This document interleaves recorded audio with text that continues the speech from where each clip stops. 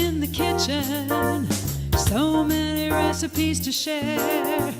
So many cooks in the kitchen, with meals for you to prepare. We've got fruits and grains, veggies and beans, more healthy food than you've ever seen. So many cooks in the kitchen, plant-based meals to prepare. So many cooks in the kitchen, with ideas we're happy to share. Welcome to So Many Cooks in the Kitchen and our show, So Many Holiday Appetizers. My name is Dilip Barman. I'm a cook in the kitchen in Durham, North Carolina.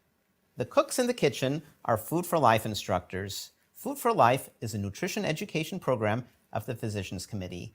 We teach classes talking about the health aspects of vegan, whole food, plant-based cooking. We share evidence about the health aspects, and then we bring you into the kitchen and actually show you how to translate the theory into wonderful, tasty, easy dishes. So we have these programs every month. We share we have different themes, and this theme, of course, is a holiday theme. Many of us are celebrating various holidays in December. So what do you do for the holidays if you want to make a tasty appetizer? And by the way, all of the recipes we're sharing, I'm one of 9 cooks today. I'm the first. There's 9 of us, and we'll have questions and answers afterwards. We'll be sharing different recipes and different appetizers. All of the recipes are available online, and we'll be sharing that link. Today, we'll be making dishes like stuffed mushrooms. We'll be making a cheese ball. Again, we're all vegan and whole food plant-based, so put cheese in quotes. Various dips. We'll be having a dish with plantains, and I'm going to be cooking with tofu. I love cooking with tofu, and I wanted to start by talking about tofu. I have some tofu here. I'll show you in a second. This is the package. There's different kinds of tofu. For what I'm making, you want the refrigerated tofu. There's also, and you want a firm or extra firm tofu. You can also get silken tofu, which we won't be using today. Silken tofu is great for desserts. It's nice and creamy, and you can blend it. So for dishes like what I'm going to be making, an air-fried tofu, you want to drain the tofu, and that's what I've done. I've cut open the tofu, I've gotten rid of the water, and I'm using this funky device. It's a tofu press.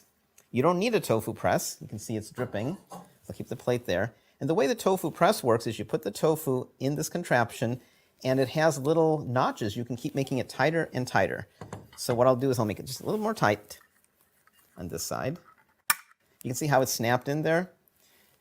So that's a tofu press. You don't need a tofu press, but if you have one, it's nice. So I'm letting the tofu press and get rid of the water. If you don't have one, and most people don't have tofu presses, just squeeze it with your hands, maybe get some cheesecloth or a clean towel and press it. So even if you just press it for 5 minutes, or even just for a minute, that's good enough. Soy has lots of benefits. It may reduce the risk of breast and other cancers. It's good for bone health, and it's good for heart health. And there's lots of foods that have soy in them.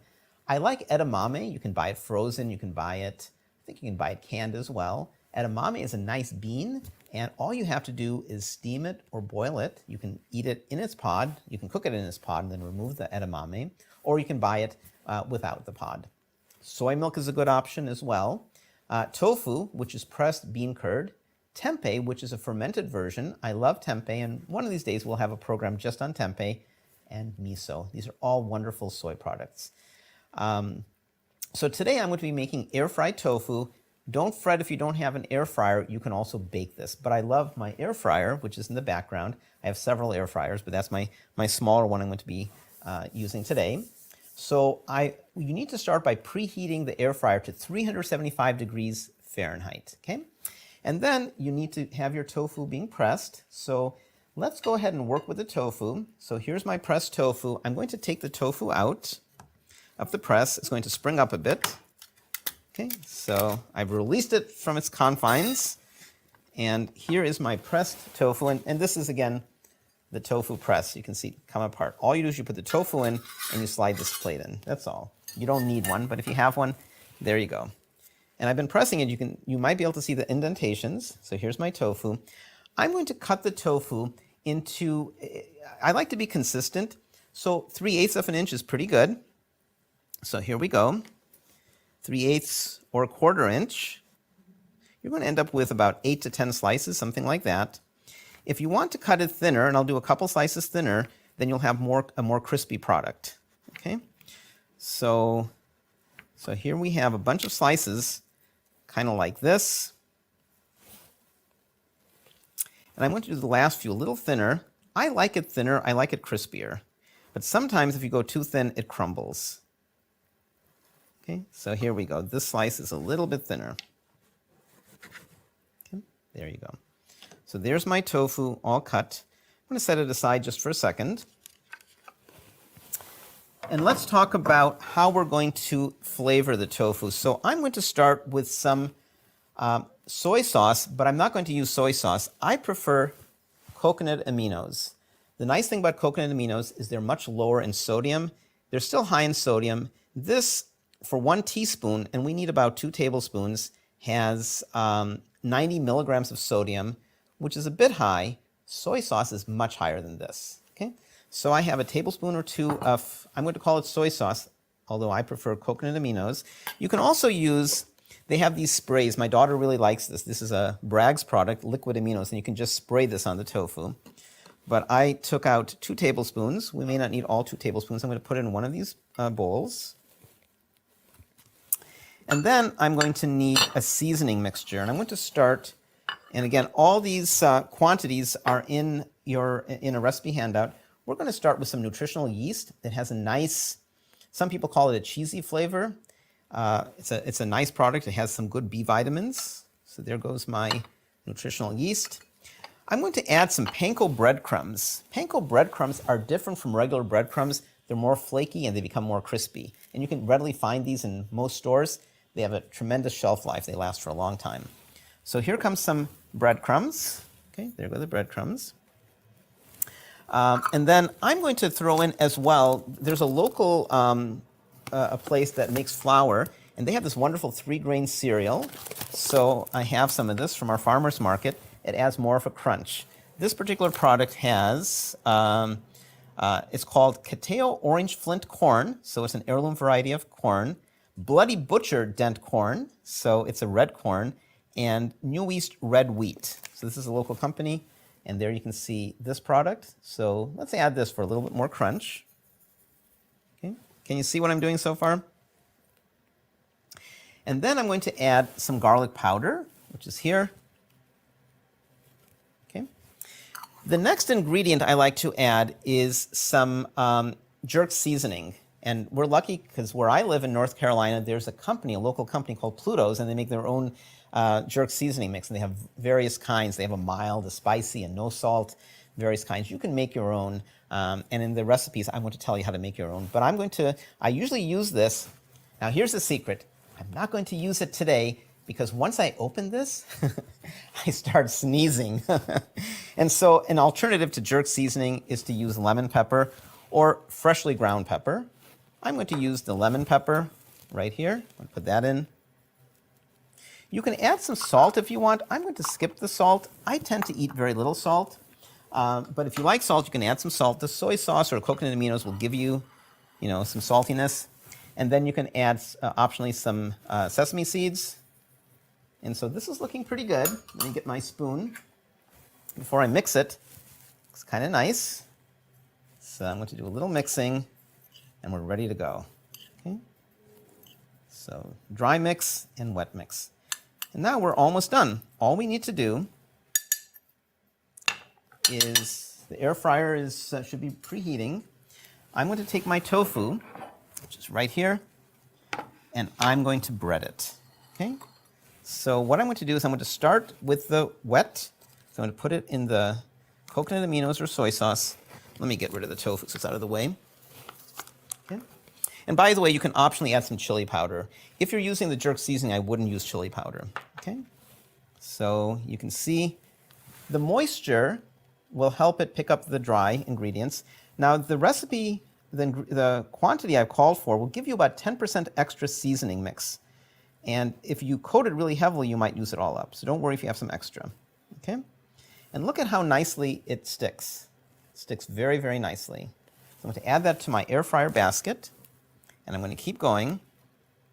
You can customize this with seasonings you like. A lot of people like smoked paprika. Add some smoked paprika. Okay. So you can see what I'm doing. I'm just dredging it, and it's picking up all of the seasoning. Let me show you skipping the coconut aminos or soy sauce. You don't have to have it. It just won't stick as well. So if you're really watching your sodium and say, I really don't want to use even coconut aminos, that's fine.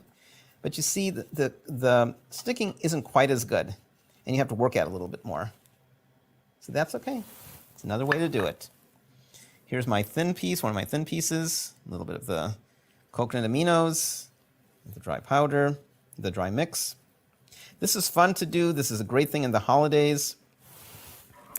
One thing you can do, and when I serve it, often I like to cut these in half, and I'll talk about that in a minute, but and it makes it a little more crispy. But in terms of efficiency of cooking, I prefer not to cut it yet, so I have less pieces to get into the air fryer. Okay.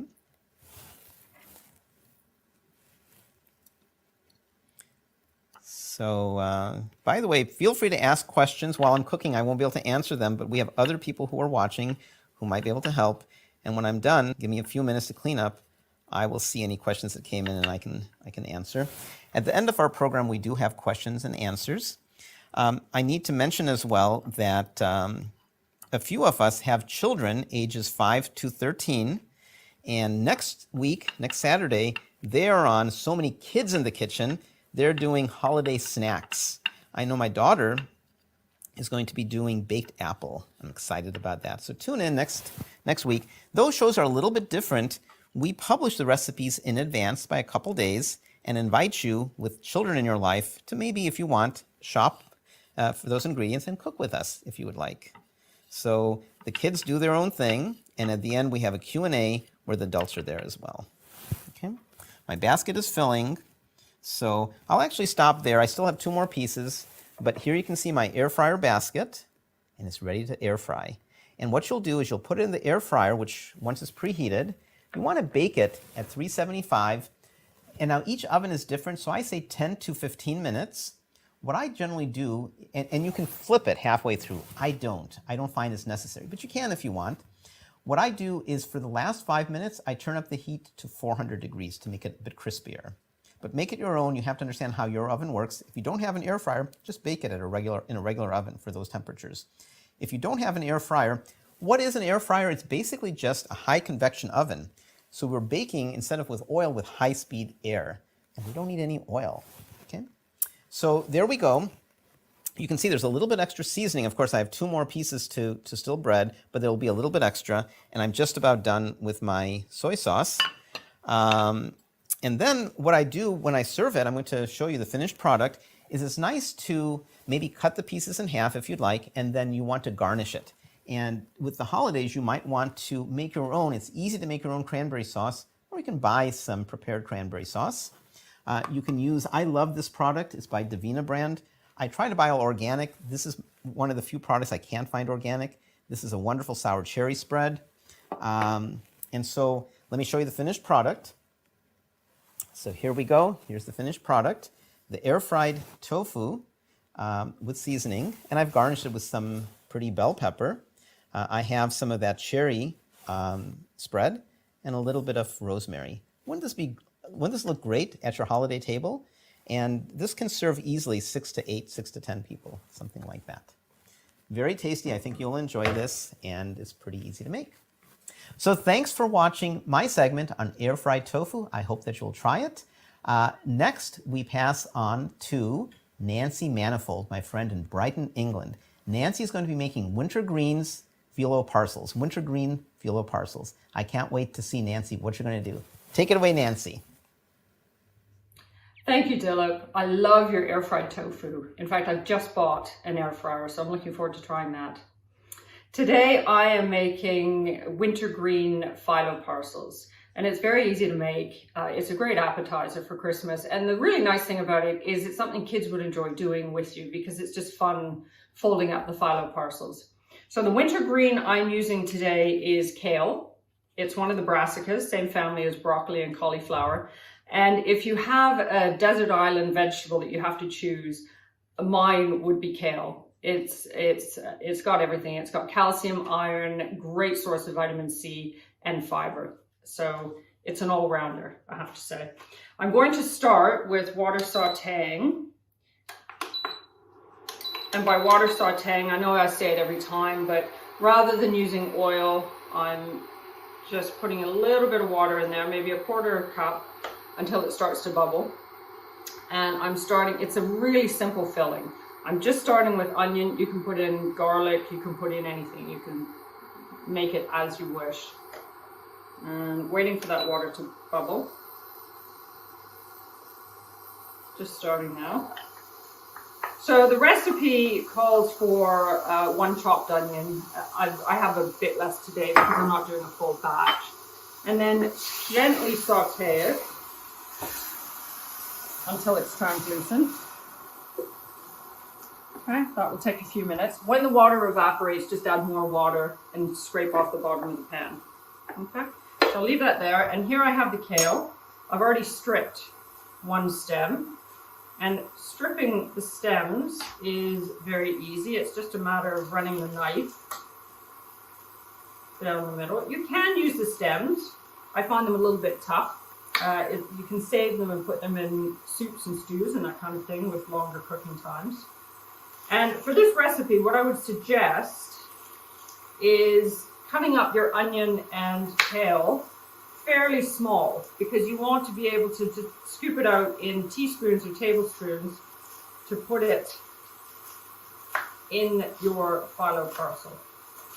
Okay? So fairly small bits. So here the water has started to disappear. I'm going to put the heat down a bit. And you can see that there's a bit of color in that now because I've deglazed the pan.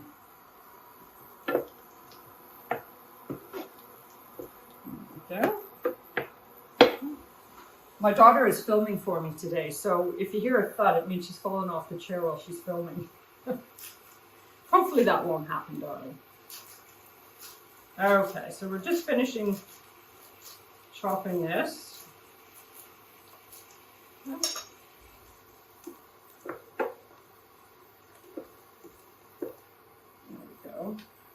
it's just starting to go translucent, and we will put the kale in. You can cook it all for a little bit longer. For the sake of showing you what the recipe is, I'm taking a bit less time with sauteing, but you can certainly saute it a little bit longer. And then saute the kale. Okay.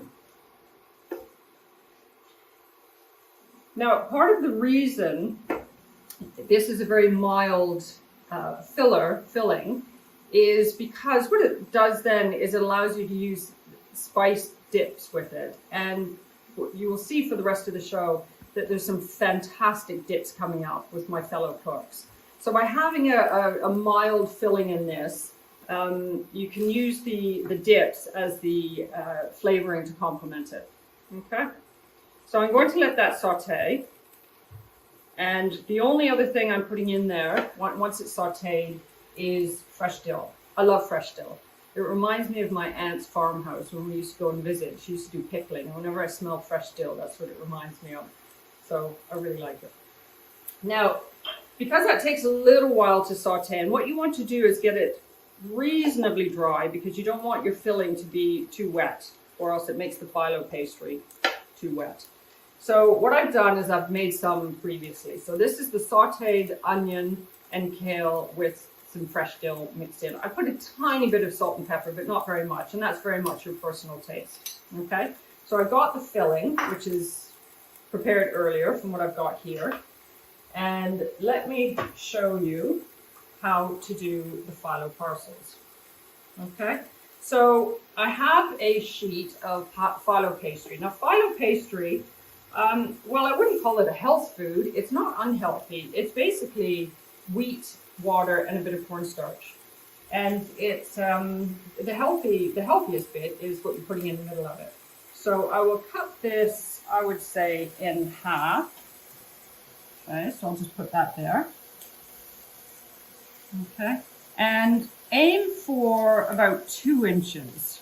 It's really up to you what you want to do. Okay, I'll cut this a little bit. I was intended to cut this in 3 pieces, and so what I'm going to do is move this now onto the dark surface so you can, oh, that's a bit wet, so you can see what I'm doing. Okay. So ignore that water that's under there, I didn't know that was wet. Take a little, oh, I'm going to stir this. So take a little bit of soy sauce, soy milk, not soy sauce.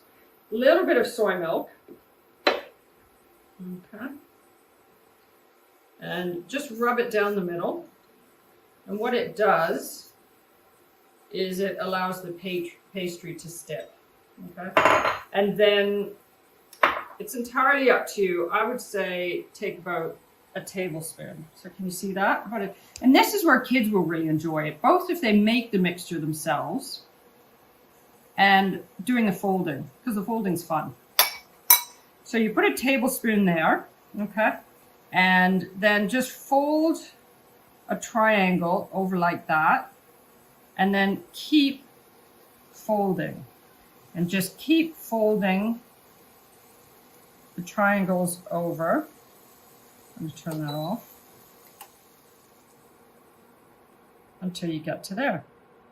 And then I've got my baking tray with the baking parchment, and you lay it on like that. Now, one thing which I've said before is you want to make sure that your mixture is fairly dry. So if it still has a fair bit of moisture in it, just squeeze it out. And again, I've already brushed some soy milk on there. So you put about a tablespoon towards the end, and you fold the corner like that. You don't have to squeeze it all the way over, because it eventually, as you fold this,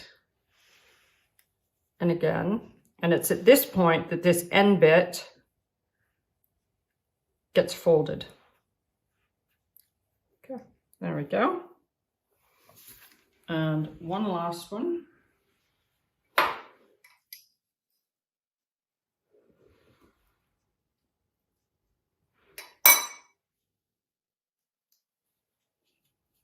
With this pastry, follow the instructions on the phyllo pastry box. And certainly the one I'm using suggests taking the pastry out about 20 minutes before you want to use it, so it has a chance to warm up. The flip side of that is don't take it out too soon, because what it does is it dries out and then it cracks. You can't work with it. So now that I have this, take the soy milk again with a brush and just lightly brush the top. And that helps to give it a nice golden appearance with baking. So we now have the 3. I've only made 3. And I've got the mixture that I made earlier and the mixture I'm making, but not to get confused. I now have the 3 phyllo parcels. And I bake them, it depends on the package, but bake them about 10 to 20 minutes at 180 degrees Celsius, which is 350 degrees Fahrenheit. I would suggest keeping an eye on them and looking in on them, checking in on them at about 10 minutes, because what you don't want to do is burn them. They do go from nicely cooked to burnt quite quickly. So again, here's some I prepared earlier. And here I have, if you can zoom in on that, darling. Don't fall off the chair. So here I have a very nice appetizer plate with my 3 phyllo parcels, and I have some salsa, and I have some homemade hummus that I made a few days ago. And the nice thing is the hummus has a bit of cumin and cayenne in it, and the salsa has some nice lime and vinegar in it and various herbs. So it works really well because this is quite mild, and so you get the nice flavors from the dips. So I hope you enjoyed that. And I hope you're, if you do it, you have fun doing it. And yeah. So that's it for me. And I'm going to hand you over to Mark, who is going to make some delicious stuffed shrooms. Thank you. Nancy, that looked amazing. I can't wait to make that for the holidays. Hi everybody, Mark Sertvenick here.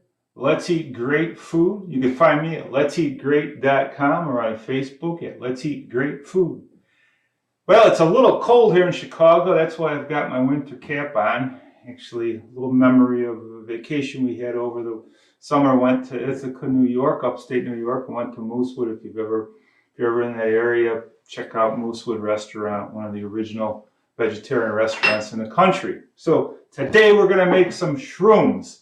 Shrooms, I just love mushrooms. I love mushroom appetizers, and this one is obviously 100% vegan, 100% oil-free. Pretty simple recipe. So the first thing we're going to do is get our mushrooms, and we're going to saute them. Actually, I'm sorry, marinate them. Wrong word, Mark. Marinate them in some liquid aminos. So we get a big jug of liquid aminos, and I pour them in a bottle like this, and I leave the aminos in the refrigerator. So we're going to marinate those, and I've got a little sample here of those marinating.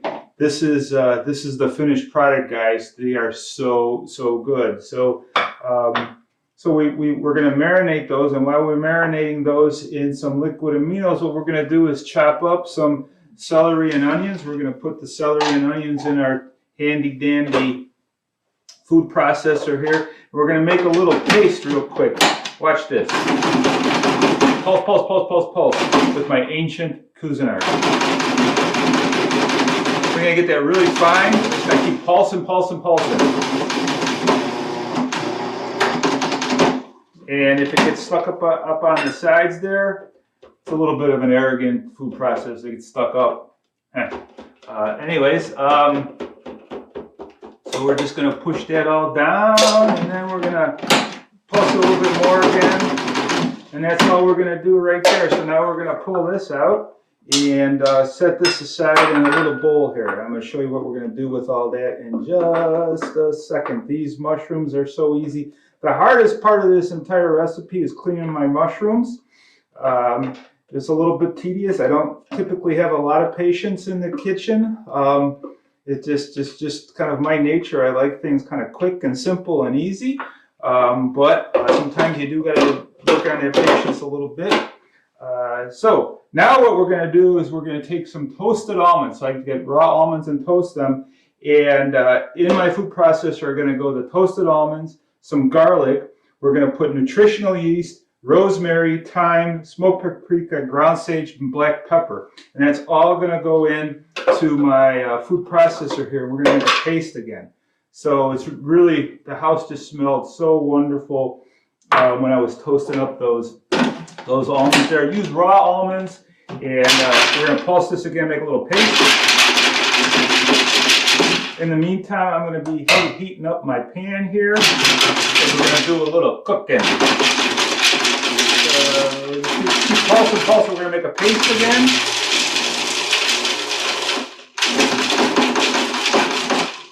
And we got to get it pretty fine, guys. It looks pretty good. A little bit more. All right, that looks pretty good. Now what we're going to do is we're going to put our onions and celery in our pan here. Hear those sizzling up really nice. We're not going to worry too much about them getting stuck or anything. If they do get stuck, we can add a little bit of water. We can add a little bit of liquid aminos in there just to kind of deglaze the pan. Deglazing the pan is a technique I love because it gets all those wonderful caramelized flavors off the bottom of our pan. So just go ahead and swirl those around, swirl those around, swirl those around. Now guys, this isn't in the recipe, but what do you do with all the little stems once you clean your mushroom caps out, right? Because really all you want is the mushroom caps because you can stuff all that filling in there. I'm going to show you in a second.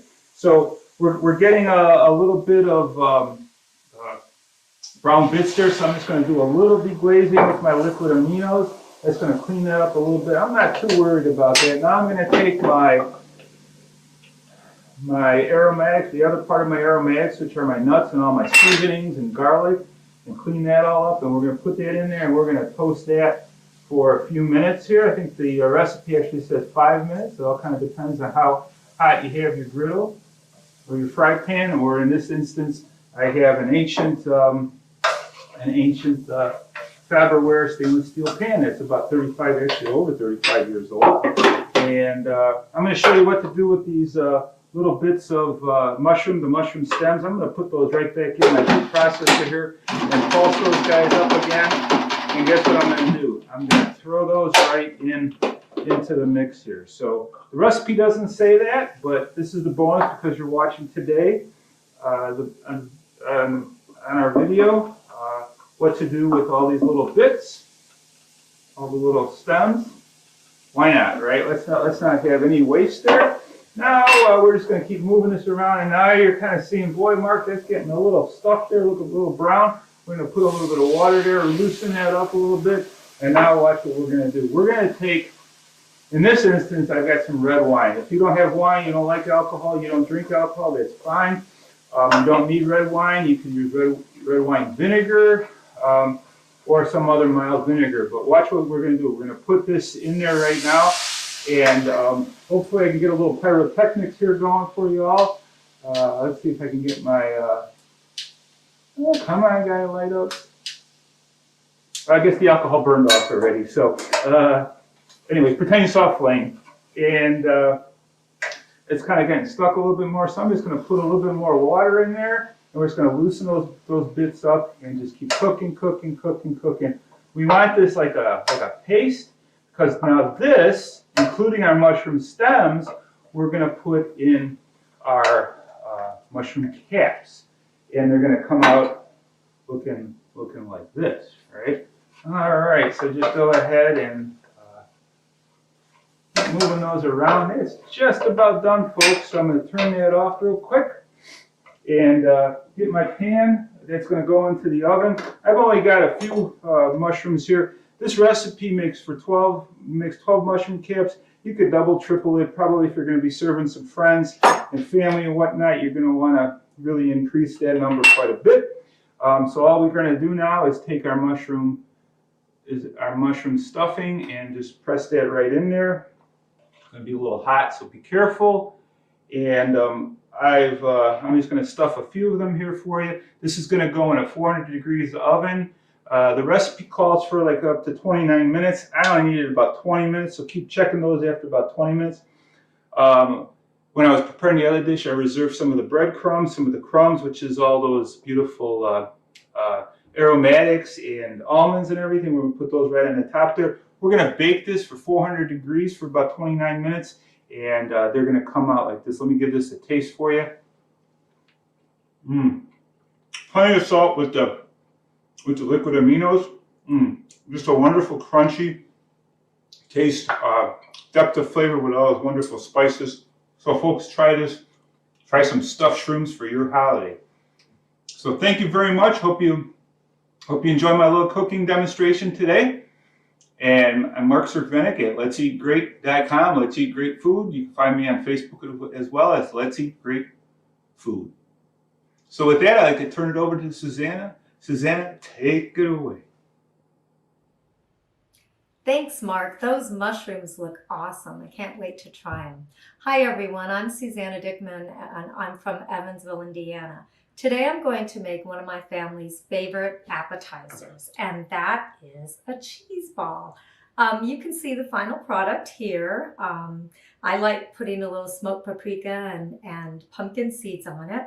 And we like to serve it with carrots, celery. We've got some crackers and some kohlrabi that we had left over from our farm share. So let's get to making this delicious cheese ball appetizer that you and your family can enjoy. What I love about this recipe is that I only really use one appliance, my food processor and then a bowl. So the first thing we're going to do, we want to use a extra firm tofu. And I did drain this when I opened the package, but I didn't press it because I want it to have some of that moisture. So don't press your tofu. And I'm just going to put this in chunks and put it in my food processor. And we all know how healthy tofu is for us. It's high in protein, it's high in calcium. It also is safe, and it's a good option to eat when you want to add additional protein. Here I have some nutritional yeast, a little bit of onion and garlic powder. We're going to put some chickpeas in, so we're going to add some added fiber. So let me get those in.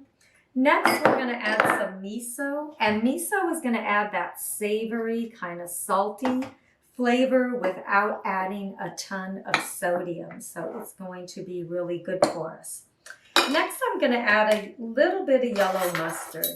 If you want, you could use a Dijon mustard or, you know, maybe even a brown mustard. I'm just using yellow right now. And then I want to, you can put up to 1/4 teaspoon of liquid smoke. I would recommend, if you're a real big fan of it, then go ahead and do that much. If you're not, just add a couple drops. So I'm just going to put a few drops, and I'm also going to put a few drops of maple syrup. You can also use agave nectar, but I don't want it to be too sweet, so I am just going to add just a tiny bit. That's all my ingredients for now. So I'm going to put this on, and we're going to process it. As it's processing, you'll notice, you know, it's going to look really dry at first, and then all of a sudden it's just going to come together and kind of look like a dough almost. So let's go ahead and do that. I'm just going to process it on high.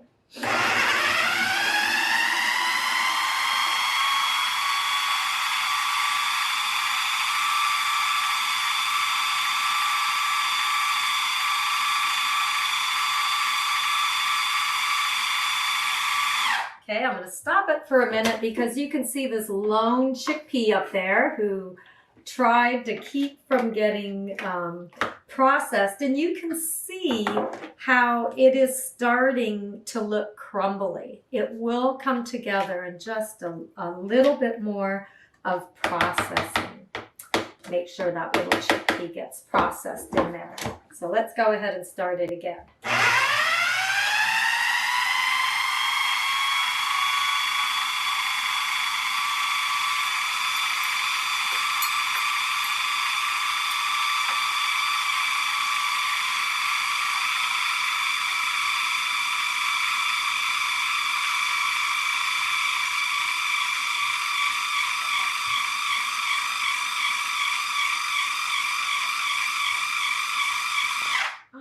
Did you see that? It's magic. It just all of a sudden started coming together. Now I put on some gloves because I'm going to mold it in my hands, and I just like to wear gloves, even though you know, my family and I are just going to be eating this. But look at how nicely it came together, and it's not even that sticky. So I'm able to shape it with my hands. Let me go ahead and get it all out of here. But that's basically it. At this point, you'd want to put this in the fridge for a couple of hours, just so the flavors come together and really get to, you know, just to add the depth of flavor. But because, you know, I don't want to do that right now because you're watching, I'm going to just shape it into a ball. And then, like I said, I like to add smoked paprika. So I find the easiest way to do that is just to add a little smoked paprika to my bowl and just start rolling it around in there, because then I can keep the shape and also make sure that it's all covered. And I see, you know, I always have a couple spots where I might have missed. So I'm just going to go ahead and do that. You could use, I've added fresh parsley to this now on the outside. You know, if you wanted to go, just, you know, find out what spices you like best and do it. My husband loves chili and cumin, so I think he would do that and maybe add some cilantro. I also like to add some pepitas, some pumpkin seeds. So again, the easiest way I found is just to put them in my bowl, and then I can just roll it around, just making sure that I'm trying to get it coated everywhere. But that's it, it's done. Like I said, this will go in the fridge, and I will let it melt, all the flavors come together and marry, and then put it on a plate, put it with crackers and other vegetables, and enjoy. It is so good. One thing I got to tell you, I haven't even, my husband has used this as a sandwich bread when, you know, we've had leftover. So there you go. It's just so, I think it's so pretty. It will spruce up your table, and your guests will think that you spent hours working on it, and it takes just no amount of time at all. Thank you for watching and for spending your Saturday with us. Next up is Melissa Sherlock. And Melissa, I can't wait to watch you make your buffalo dip, because I know that's something that my family will enjoy. Take it away, Melissa. It's all yours. Thank you so much, Susanna. That looks so good. I can't wait to make it for my crew. Today, well, I'm Melissa Sherlock here in Omaha, Nebraska, and I have this super easy, quick recipe for a buffalo dip that I think you're going to love for your holiday gatherings, your football parties. I use this on veggie sandwiches. It's very versatile and very simple to put together. So it starts out with cashews. Cashews are the star of the show, and it's very important to get raw cashews, which are unroasted, unsalted cashews. You normally get them in the bulk section of your grocery store. Sometimes you can find them bagged. And we have hot sauce. The most common one is Frank's hot sauce. This is just one I picked up somewhere. And basically, this hot sauce is just cayenne powder, vinegar, some garlic powder, and water. So very simple, healthy ingredients. We've got artichoke hearts in there. So this dish is mimicking a buffalo chicken dip. And the slightly pulsed artichokes give the texture of the chicken. It's really brilliant. I like to get the artichokes packed in water. These are from Trader Joe's, but when they're packed in oil, there's just a ton of oil. They're literally dripping in it. So if you get them in oil, I would rinse that off as much as I can, but I like to buy them packed in water.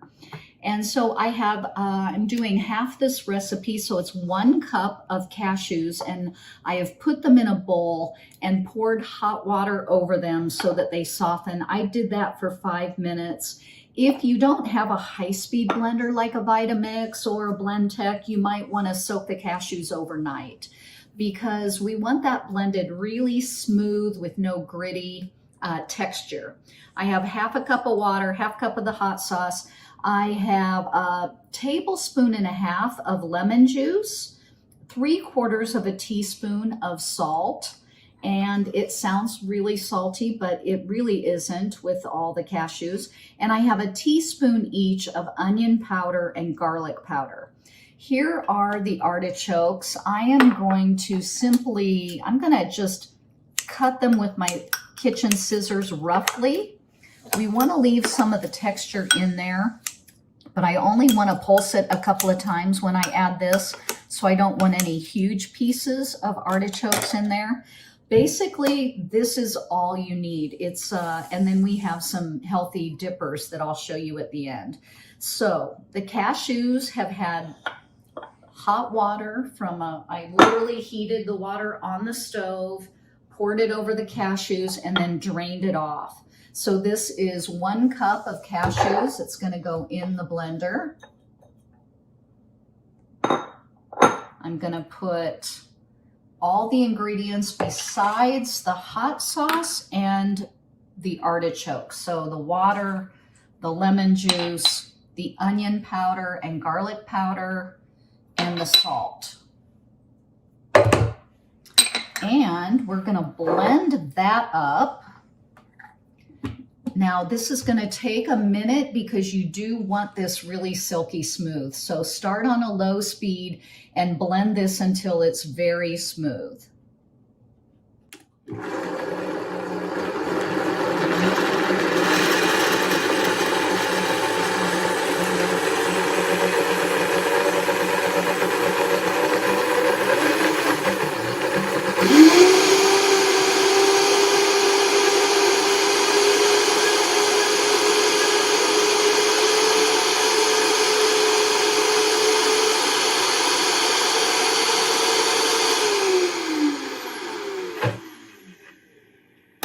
Okay, so now we have a pretty silky smooth, almost like a creamy cashew mixture. And now we are going to put in the hot sauce and the artichoke hearts. So now we're just going to pulse this a couple of times because we really want some of that texture. We want the cashew part to be very, very creamy and not gritty, but we want the final texture to have a little bit of, bulk like that chicken, what the chicken provides in a buffalo chicken dip. So now I'm going to turn this way down and start low and just give it a couple of pulses. And that's pretty much it. Now I've got a little bit, it's a little bit separated here. So I'll use my spatula to really mix up those ingredients. The cashews are whitish, so you want to blend it so that the color is uniform. And then you just put it in a casserole dish. Now, if you make the full recipe, it can be in like a pie plate for your crowd or a larger casserole dish. I'm making it in the smaller one because it's going to be perfect for what I am doing. Okay, I would take a little bit more time to get out every bit. Spread this smooth. And then basically you put it in a 375 oven for 25 minutes. And I will show you what it looks like when it comes out.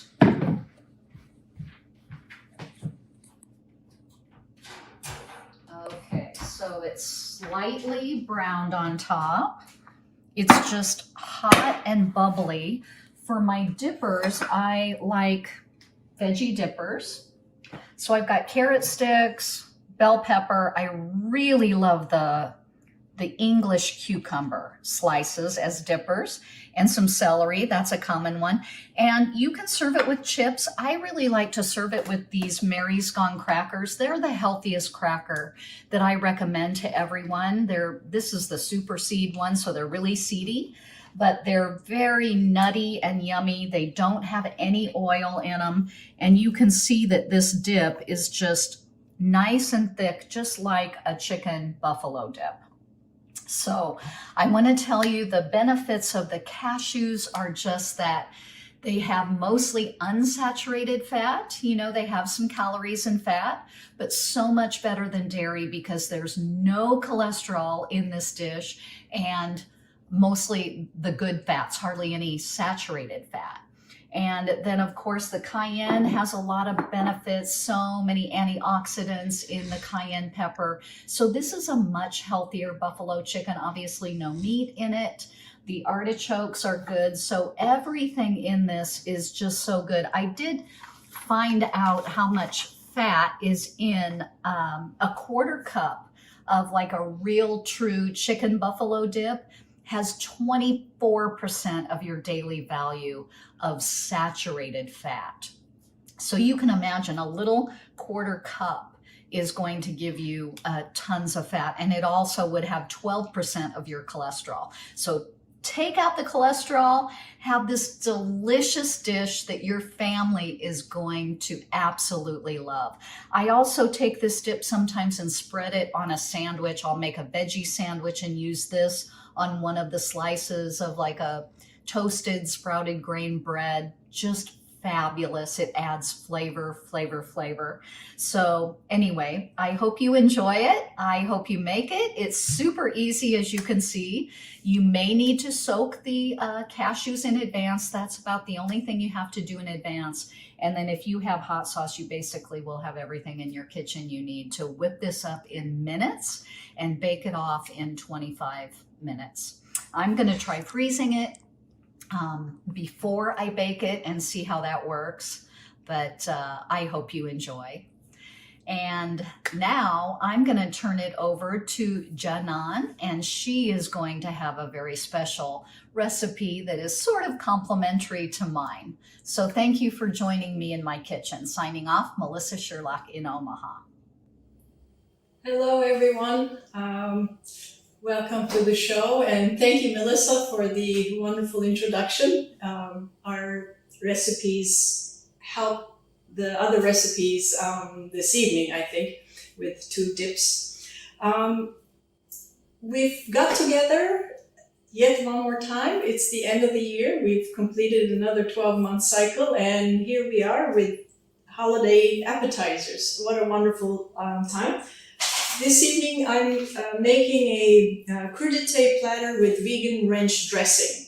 I thought it would be fun to have a lovely dressing that could go with crudités. However, you could also use it with wonderful other recipes, such as one of the ones this evening. For example, Karen will be demonstrating an amazing sweet potato fritter, and I think my dip would go really well with hers. But without too long overdue, I'd like to just show you that this recipe is wonderfully easy.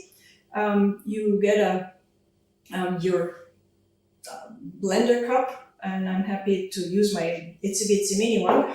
I'm doing a half a recipe, so there's half a cup of cashew nuts that have been soaked and rinsed. They were soaked overnight.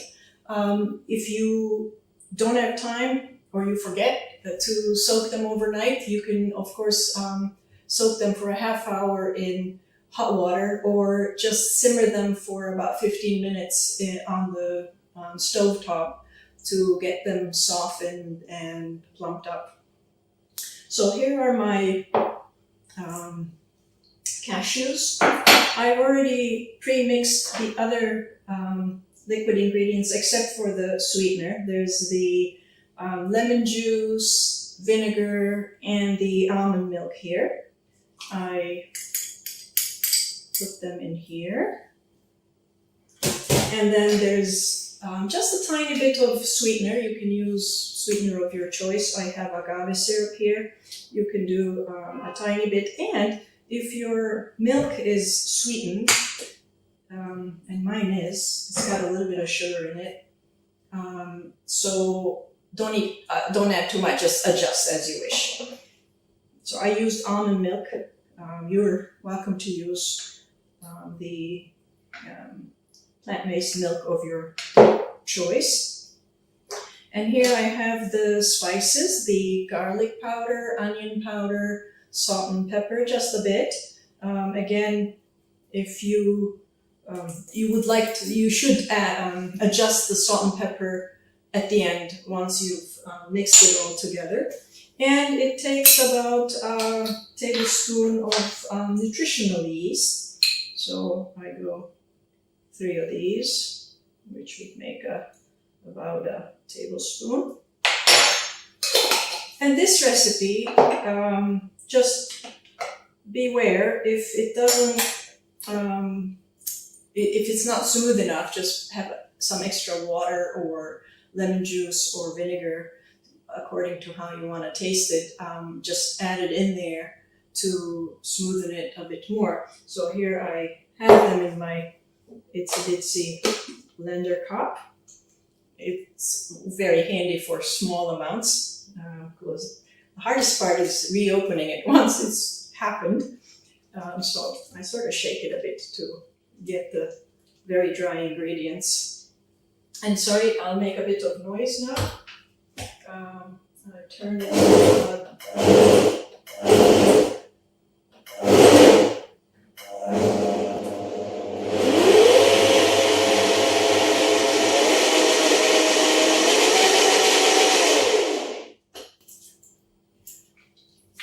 not all catching. So here I go again.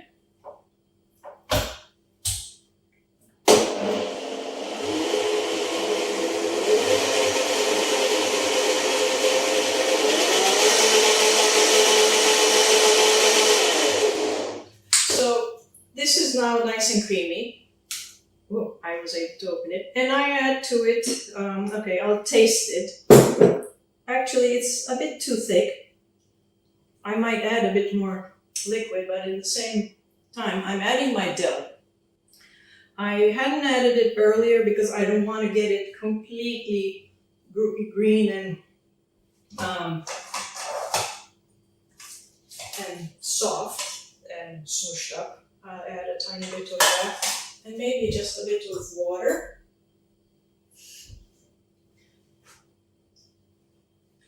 And I'll cover it and give it another whiz.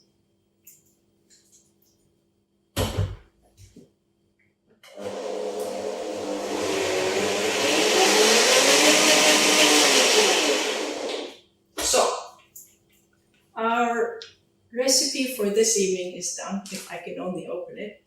So here we are. It's a lovely dip. It's wonderful to my liking, but please adjust this recipe to your liking.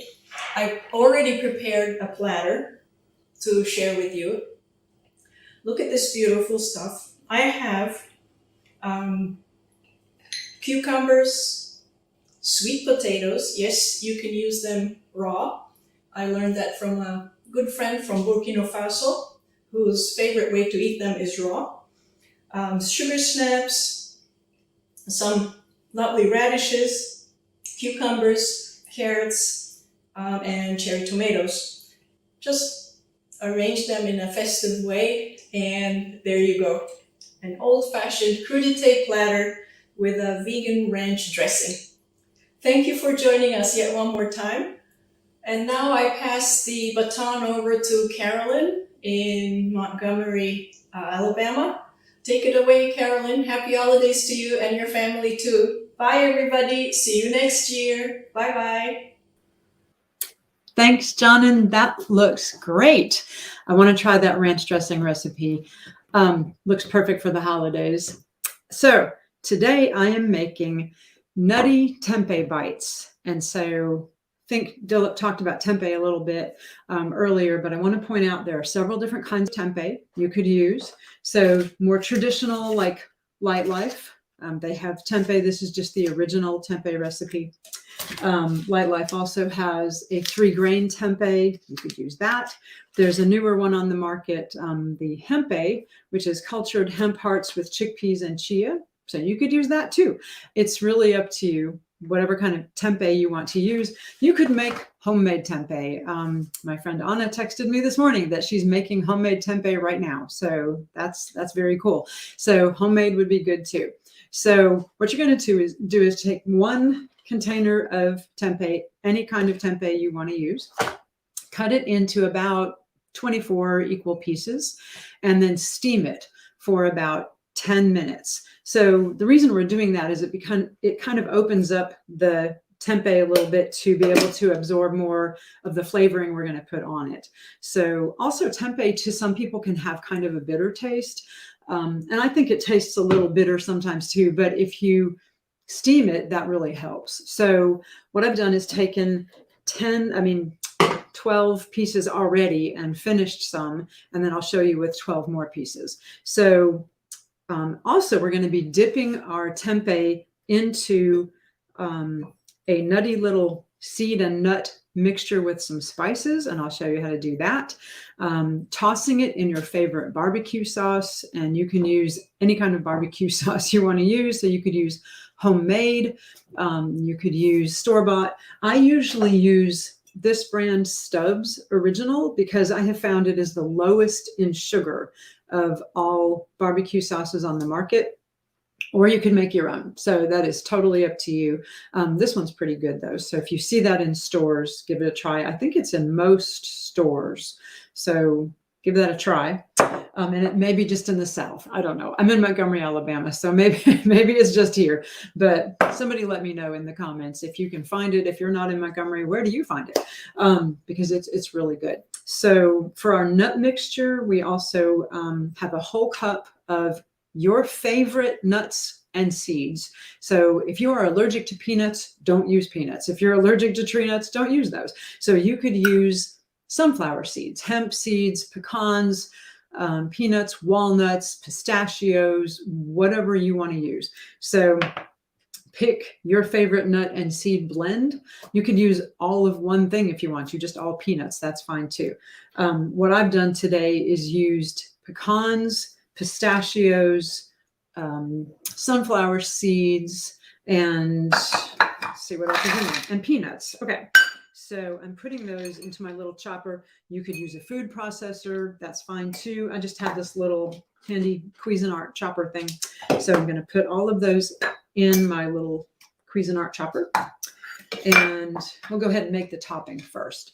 And then a mixture of spices. And this is really kind of up to you which spices you want to use. But what I've put in it is garlic powder, onion powder, smoked paprika, cumin, and a dash of cayenne pepper. A little salt and regular black pepper too is great. You could add, if you want to, some nutritional yeast. That would be really good too. So I've taken about a teaspoon each of smoked paprika, onion powder, garlic powder, and cumin. And then maybe a fourth of a teaspoon of iodized sea salt and black pepper, and just a splash of cayenne pepper, just a little dash of it, which I think I actually dashed too much in here. So ours are going to be a little spicy. So I've mixed all of those seasonings together already, and I'm adding them to this little chopper. And we'll just toss it all in with the nuts and seeds and put the lid on here. All right, this may make a little bit of noise. You don't want to grind it up so fine that it becomes like dust. So you want it to have a little texture to it still, just nicely ground and mixed together.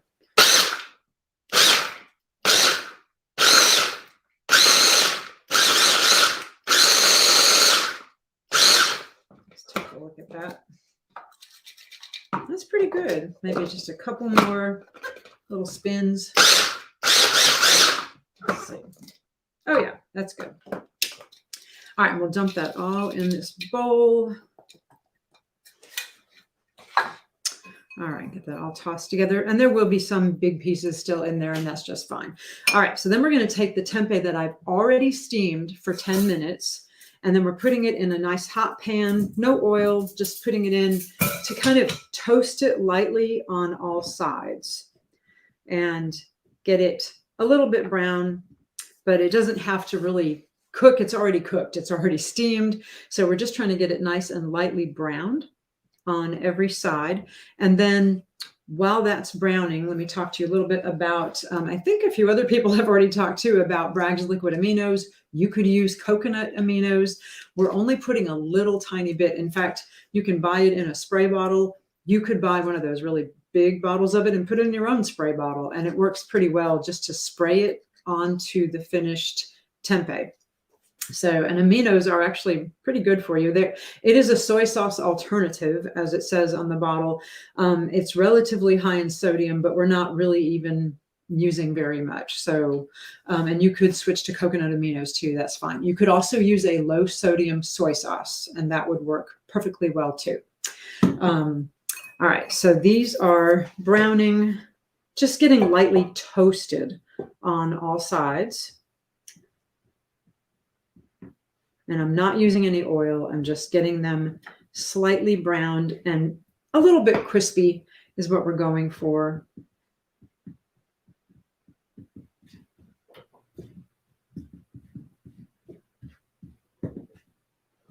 Okay, and then while those are browning, we'll talk about the last piece of this, which is pickled okra, which is just a super nice addition to this. So I have some whole pickled okra. We'll go ahead and cut that up into, I'm going to take the stem off and then just cut it into a few big pieces, toss it aside.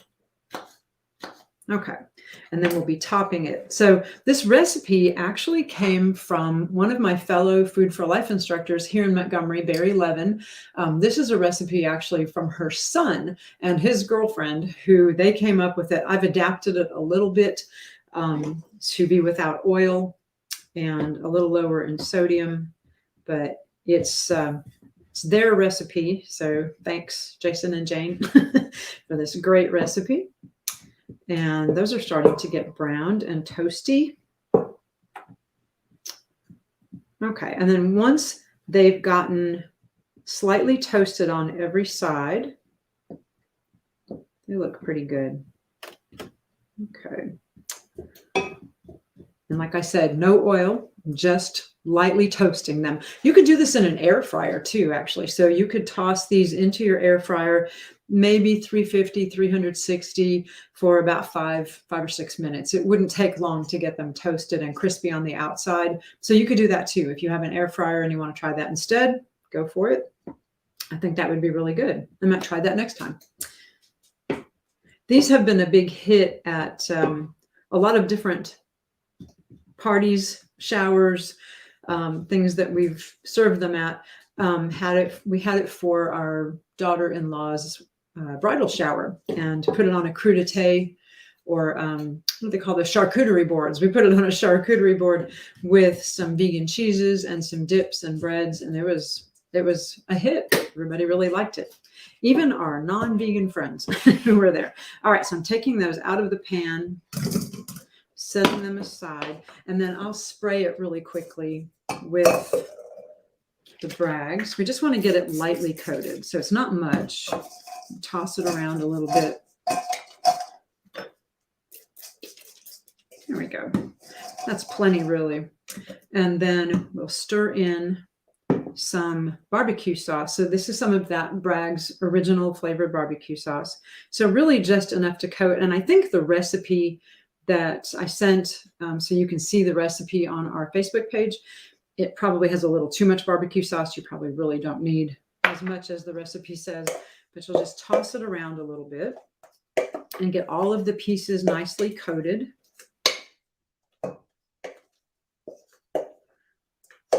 And then we're going to dip it in the nut and seed mixture, nut and seed and spice blend.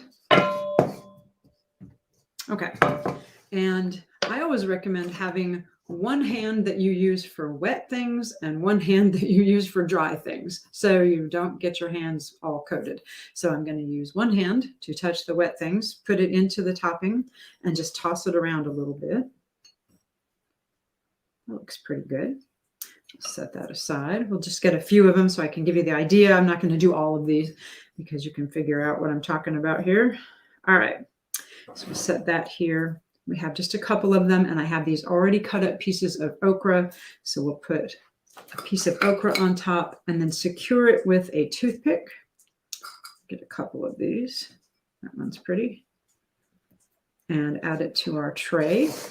And then I already have a bunch of them done. So these are so pretty, aren't they? And really, really good. Very Southern, I think, with the nuts and the seeds of the tempeh, but the barbecue sauce and the pickled okra. That makes it a really Southern appetizer. So give it a try. I was a little hesitant at first. I thought that sounds kind of like a strange appetizer, but they're really, really good. And I know my husband would like one, and I'm going to hand one to him because they're delicious. So give it a try. And I am going to send you over to Angelita, who is making plantains. And I'm really excited about that because I do love plantains. So nice to see you, Angelita. Happy holidays. Happy holidays. Thank you, Carolyn, for sharing that with us. Now I have another way of eating tempeh, which I just started eating maybe a year ago, and I'm really, really enjoying it. Hi, my name is Angelita Alvarez Hughes. I'm in Greenville, South Carolina, and you can find me on Earth Seeds and Water. That is the name of my company. And today I'm going to be making plantain bites. Now, plantains are full of fiber. They're full of complex carbs, so it's slow to release the sugars. Plantains are used in many different ways. They use them green to make tostones. And those are good. The only thing is that I haven't figured out a way of how to make tostones without having to fry them. And I wanted to create something that was sweet, and I didn't want to add any added fat to it. So the recipe is available online. And so we're going to be using almost ripe plantains on this. So we have, this is what the plantain looks like, or they also call them baking potatoes or plátano macho. And so you want it to be yellow and to have a little bit of the brown in it. So this is just, I've already taken them out. And so what we do is I'm putting these in the air fryer, again, to cut down on the amount of fat. So I put them in the air fryer at 400 for about 6 to 10 minutes, depending on your air fryer. I did toss them with just about a teaspoon of oil, believe it or not. So I tossed them in there, and then I put them in the air fryer. Now, to keep them from drying out in the air fryer, about every 3 minutes, I open it up and I just spray it with water. That's it. Just spray it with water, close it, open it back up, spray it with a little bit more water, turn them, and then spray them again. And you're going to cook them until they are nice and brown and caramelized. See how pretty they are? And it brings out the natural sweetness. Now what you do, you're going to cut them into about 3/4 of an inch to a 1/4 of an inch rounds.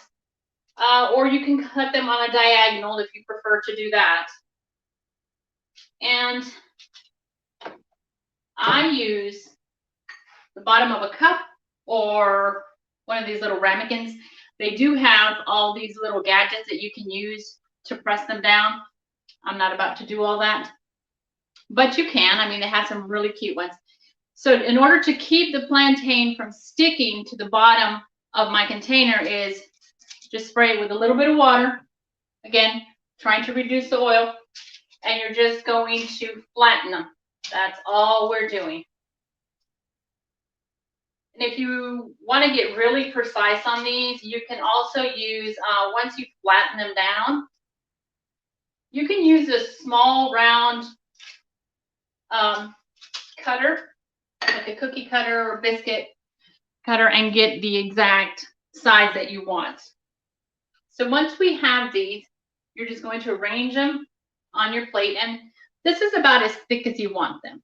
I'm going to say it's probably about, I don't know, maybe 1/4 of an inch thick. And you're just going to arrange them on your little platter. And so then the other thing is I made a bean dip, black bean dip. Now, if you don't like black beans, you don't have to use black beans. You can use pinto beans. You can use garbanzo beans, whatever your favorite bean is. So you want to drain the beans and make sure they don't have any added salt. And then you're going to follow the recipes. I've already cooked them because you need to let them cook in the vegetable stock or the vegetable broth so they can absorb the flavor. So I cook them in there, and I use garlic and onion and cumin or cominos. So then you let it cook, and with the bean masher, you want to mash them. Or if you have an immersion blender, you can use that as well. And you want to get them nice and creamy. Once they've cooked, then you're going to add your salsa. This is what I use. So I kind of cheated a little bit. I use Hernandez. This is vegan friendly. There's no milk in it, even though it says cremosa, which means creamy. It's vegan friendly, believe me, I checked everything. So you mix it in there, you let it cook again till all the liquid is absorbed or until it gets to the consistency that you want. The bean dip is very flavorful because the tostones are only a little, the plantains are just a little bit sweet, so they don't have a lot of flavor other than the sweetness. So with the heat from the bean dip on there, it just balances beautifully. And then we top it with some pico de gallo, or people call it pico. I grew up with this. So what I do with the pico de gallo is I try to make sure that all my cuts are about the same size. The tomatoes, the cilantro, and the onions, and the jalapenos or the serranos, depending on which pepper you want to use. I prefer serranos because I know that the serrano pepper, the heat is always going to be about the same. The jalapenos, on the other hand, have a mind of their own. You can get one that is not very spicy, and then you can get another one, and it is so hot that you can't even eat it. Well, at least me, that's been my experience. So in another bowl, you're just going to put everything together. The tomatoes, I de-seeded them. So all I have is just the flesh. Because the tomato seeds is going to cause this to get watery. So we try not to get it super watery. Then you add your cilantro to it. You add your serrano peppers or jalapeno. Hey, if you want to use habaneros, go right ahead. You want to use ghost peppers, enjoy. This is just to give you an idea. You can mix and match it to your taste and what your family likes. If you don't want hot peppers in there, you don't have to put any. If you don't like cilantro, I know some people kind of taste like soap when they eat cilantro. One thing that I have used, and it does help a little bit, is I do a 50-50 of the celery tops, the greens, and parsley.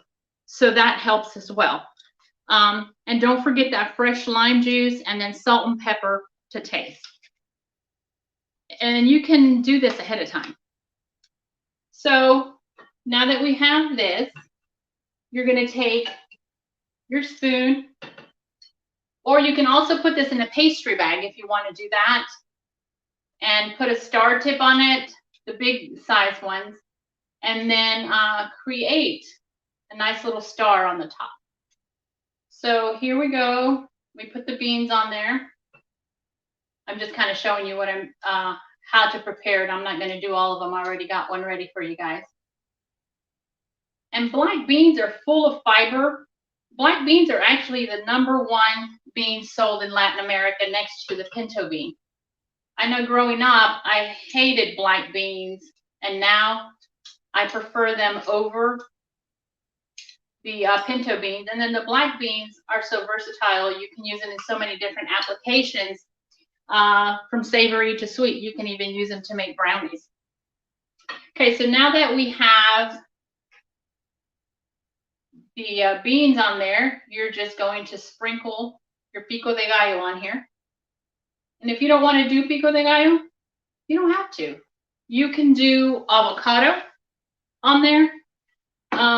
You can do hummus on there as well, or you can just do a fresh salsa. Now, if you made a lot of pico de gallo and you have a lot of it left over, and you're like, oh my goodness, what am I going to do with it? It's going to go bad. Don't worry about it. Just cook it down with a little bit of broth in a pot, and then just blend it up and make yourself a nice salsa. Or put it in, once you make the salsa, just put it in a freezer container and stick it in your freezer. It'll be good for about 3-4 months, so you won't have any waste. And then just for a little pop, I like to use pomegranate seeds because it's the season and they're so colorful and pretty, and I mean, they're so healthy. But anyway, here is the finished product, and you can eat these any time of year, not necessarily just the holidays. Share them with your friends. And so anyway, I want to thank everyone for taking their time to be with us this afternoon. I am very, very grateful, as I know all our chefs are, for you guys taking time to be with us. I want to wish Jana a happy birthday. And next we have Karen coming up, and she is making sweet potato fritters, so I'm so excited about that. Again, so happy holidays, Feliz Navidad, and everyone take care, and I wish you all happy and healthy lives. Take it away. Thanks, Angelita. That looks beautiful and tasty. Yes, I am Karen Osborne. I'm in Austin, Texas, and my website is myfoodfitnessandfun.com. And I am going to show you sweet potato, and it should be fritters in quotation marks, because fritters are something that's usually dipped in batter and fried, but we are not doing that. But what we get is something that is crunchy on the outside and soft and chewy on the inside. So it's just kind of the same thing. And I'm going to lower my screen and just show you how simple the recipe actually is. I'm just using regular garnet sweet potato. And basically, that's what I'm making this out of. So I'm going to do half the recipe. The whole recipe makes 24, but this is all the ingredients that we're going to use. So, like I said, the sweet potato is I'm going to just cut it in half and shred it in my food processor. And I'm using like a medium shred to give it some substance. Here. I'm going to mute this while I shred it, and I'll be right back. So I think, yeah, there we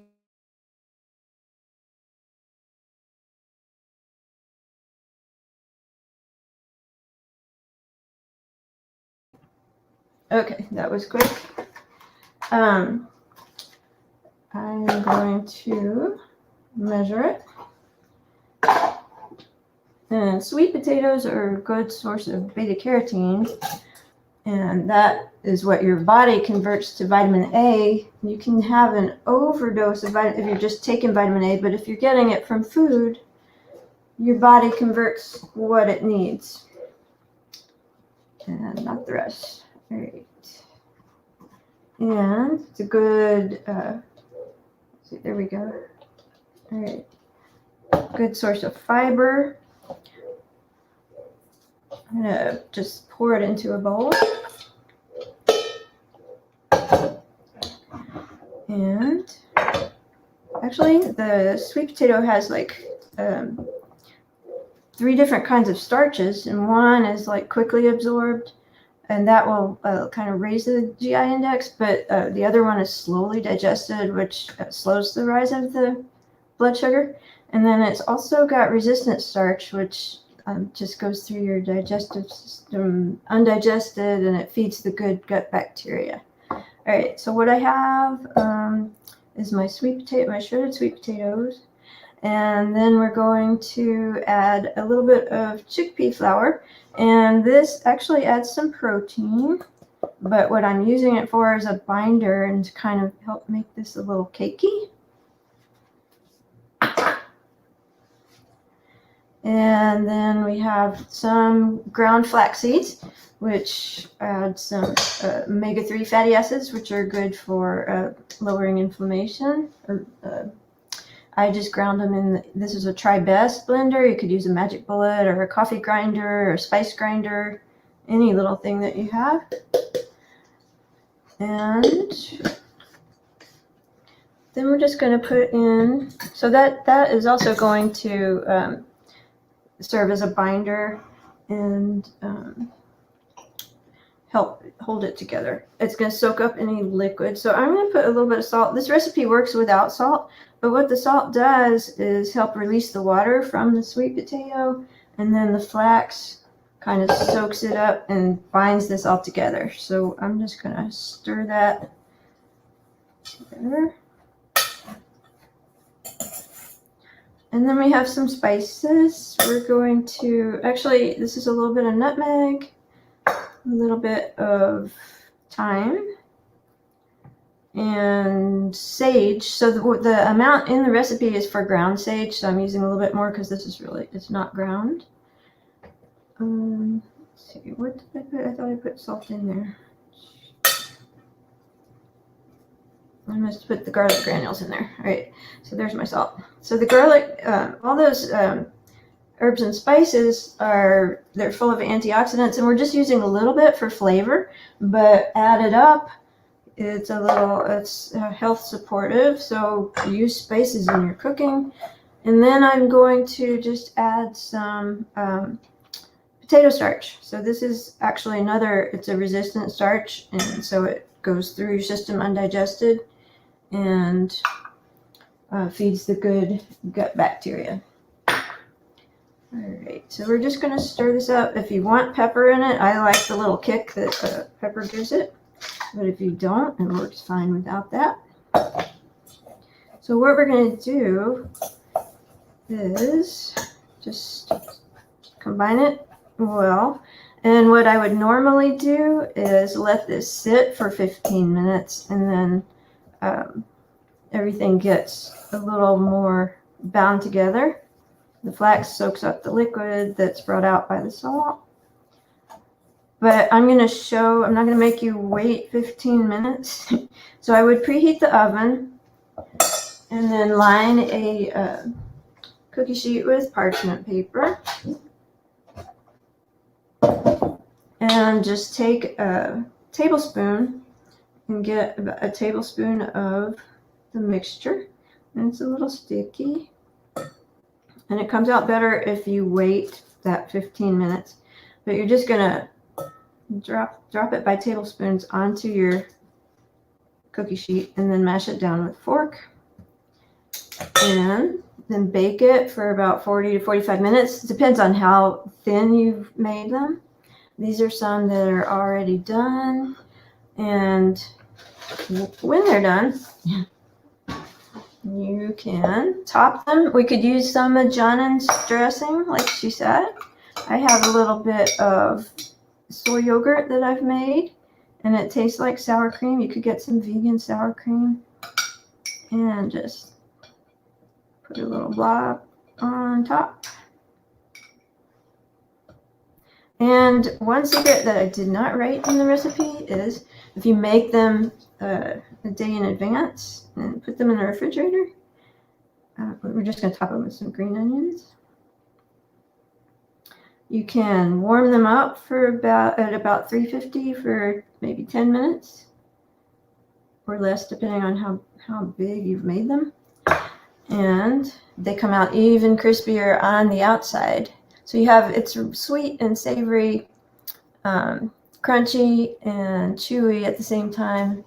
And it's just a really simple, pretty appetizer. So thank you for watching today. And we are going to go to Q&A. So I'm going to hand it back to Dilla. Thanks, Karen. That looks beautiful. You know, when you were cooking, it reminded me of Indian pakoras. Many people may be familiar if you go to an Indian restaurant or if you're Indian and make it. Unfortunately, Indian pakoras are usually fried, and yours looked like the Indian pakoras, but they weren't fried. So that was great. Thank you. So let me bring all the cooks in. Another great show. I feel so honored to be part of this group. I learned so much from each of my peers. So here we are. And we're open for Q&A. So please, if you're in the audience, post questions. I have some questions to start with, but looks like some questions are coming in. So Eileen, let's go to the question from Eileen Garrett. So Eileen asked the question about what you just did, Karen. Would these work well in a waffle iron? I just bought one. I've heard waffle irons are also good with no oil, just need extra hot to keep in longer. So what say you? I think you could do that. I don't have a waffle iron, but I have an electric tortilla press. And you could do, what I do sometimes is put parchment paper on put parchment paper on the bottom and put something like this on the parchment paper, then put another piece on top and press it. And it'll heat it, it'll cook it. I was wondering the same thing. Long time ago, before I was a Food for Life instructor, my parents used to live around the corner, and many Sundays I'd have brunch at my house. And what I would make is typically waffles. You don't need eggs to make waffles. There's a product called Egg Replacer, for example, bananas, flaxseed. There's many ways to make excellent waffles, and I'd use my waffle iron. But my waffle iron had, I think it may have had Teflon. I had it for a long time, and I don't use Teflon anymore. So I'll bet you there are some waffle irons that don't have Teflon. I don't know if anybody knows.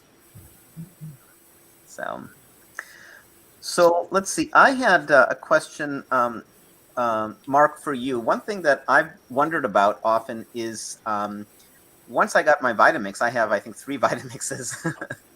I stopped using my food processor, and I've had discussions with, I think maybe it was Karen, or maybe it was Cody or somebody else, about that there is a difference, and there are some things that work better with a food processor. But I was wondering if you could talk about that a little bit. Does it make a difference if you can you get rid of your food processor? Because you did use your food processor instead of, for example, your Vitamix. Yeah. Yeah, you know, I don't. I mean, I have like a really old food processor, right? So it's like from 1975, and the thing's still working. It's funny because a lot of us Food for Life instructors, we must all have like old Cuisinart food processors, because people were sharing the various ups and downs of owning an old food processor, and there's actually some new ones on the market now that are a lot more efficient than ones that were made in the 1970s. So I don't know. I just find, and maybe it's because I'm used to it, and I guess that maybe that's probably the best answer. It's like what you're comfortable with and what you're used to. I'm used to the food processor because it has a larger bowl, it has a flat bottom, and I find that for, like, chopping like I did in my recipe today, I chopped nuts and processed some vegetables into a fine mesh. I just found into a fine dice. I just find that because of the shape of the bowl, it just works very, very nicely. I've never used a Vitamac mixer or any of those. I do have a high-speed blender, and I like the high-speed blender for doing liquid things. And I make a banana. Probably use it the most for my banana ice cream. Just throw some frozen banana and some cocoa powder and some peanut powder in there, and there's my ice cream. But yeah, I guess it's at the end of the day, it's what you're comfortable with and what you're used to. I know there are now combination machines where there's mixers and Cuisinart, food processor combos, and so at the end of the day, go with what you're comfortable with and what works best for you. I wanted to tag on to that. There was a really nice comment. I can't remember who said it, and I know Janice made the comment. It's so cool that many of our recipes just use a few ingredients. Check out the Food for Life curricula, and that's one thing really cool about Food for Life is our recipes are easy. They've been professional chef developed. They're healthy and very nutritious. All of the dishes we do here in So Many Cooks in the Kitchen aren't always just a few ingredients, but they often are. They're often relatively easy. A comment came in about and what Mark was saying in terms of comparing the food processor with the Vitamix. Somebody earlier in the show said this is nice that you don't need expensive equipment, and you don't. No. We have a class, and correct me anybody if I'm wrong, I think it's called Nutrition Essentials, and that's meant for people like maybe all of us, maybe when we were in college, when I was in college, we didn't have a lot of disposable income. Right. I wasn't truly needy, but I was, really watching the pennies, right? And there are definitely people who are much less privileged than I am who really struggle economically. So we offer classes where you don't have to spend a lot of money. You can eat on, I've seen a book with something like eat on $2 a day or something like that, and you can easily do that if you try a little bit and you know how to do that. And so that's true. You don't need a Vitamix. You don't need a heavy-duty food processor. If you like blended foods, you can go with a $20, $25 blender. And if that's expensive, often at thrift stores, you can get blenders for $5. So if you do have the means, I would argue for a more expensive blender because the $20 blender may not last and it ends up becoming landfill. But no, you don't need anything expensive to eat well, to eat good plant-based foods. Eileen made a comment about parchment paper. Great idea, and I totally agree. Parchment's great. I put it when I'm baking, sometimes when I'm reheating food, and then the food doesn't stick. So that works really well. Susanna, I wanted to ask you about your vegan cheese ball. So I haven't had, unfortunately, you're not my neighbor. I wish you were. Can you imagine if we all lived next to each other? No, it'd be great. Wouldn't that be I great? want to eat everything. Potluck every weekend. Oh, yeah. So that would be really cool. So Susanna, you made your vegan cheese ball. I haven't had a cheese ball in decades. I've been vegan for I think 25 years or something, 20 years, something like that. And when I wasn't vegan, I think occasionally I did have a cheese ball, and as I remember, it had like walnuts or something on the outside. So I think cheese balls, those who are eating cow cheese balls, they have different kinds of cheeses. You can get cheddar and Gruyere, I think, and other things. So can you talk about that? Can you take your cheese ball and simulate other flavors, add other things, add some kind of veining, for example, some color to give it a veining idea? Or is there anything else you can do to kind of simulate some other products like that? Well, yeah, of course. I mean, most of the vegan cheese balls that you'll see are actually made from nuts, cashews. And because I have a family member who has a tree nut allergy, I will make a cashew sauce once in a while, but I try to avoid it mainly because he's not able to eat it. But yeah, I think, you know, th- I think isn't it Miyoko? She has a great cheese book that she Yes. just came out with. Yes. And I think, incorporating some other spices, and even maybe, if you would use half of maybe one of the vegan cheeses to give it a different flavor, but definitely, it'd be a fun experiment to do. I don't remember, and I really never liked cheese before I became plant-based about 12 years ago. It was never my thing. So I'm not as familiar with all the different tastes of it. But yeah, I don't see, why not.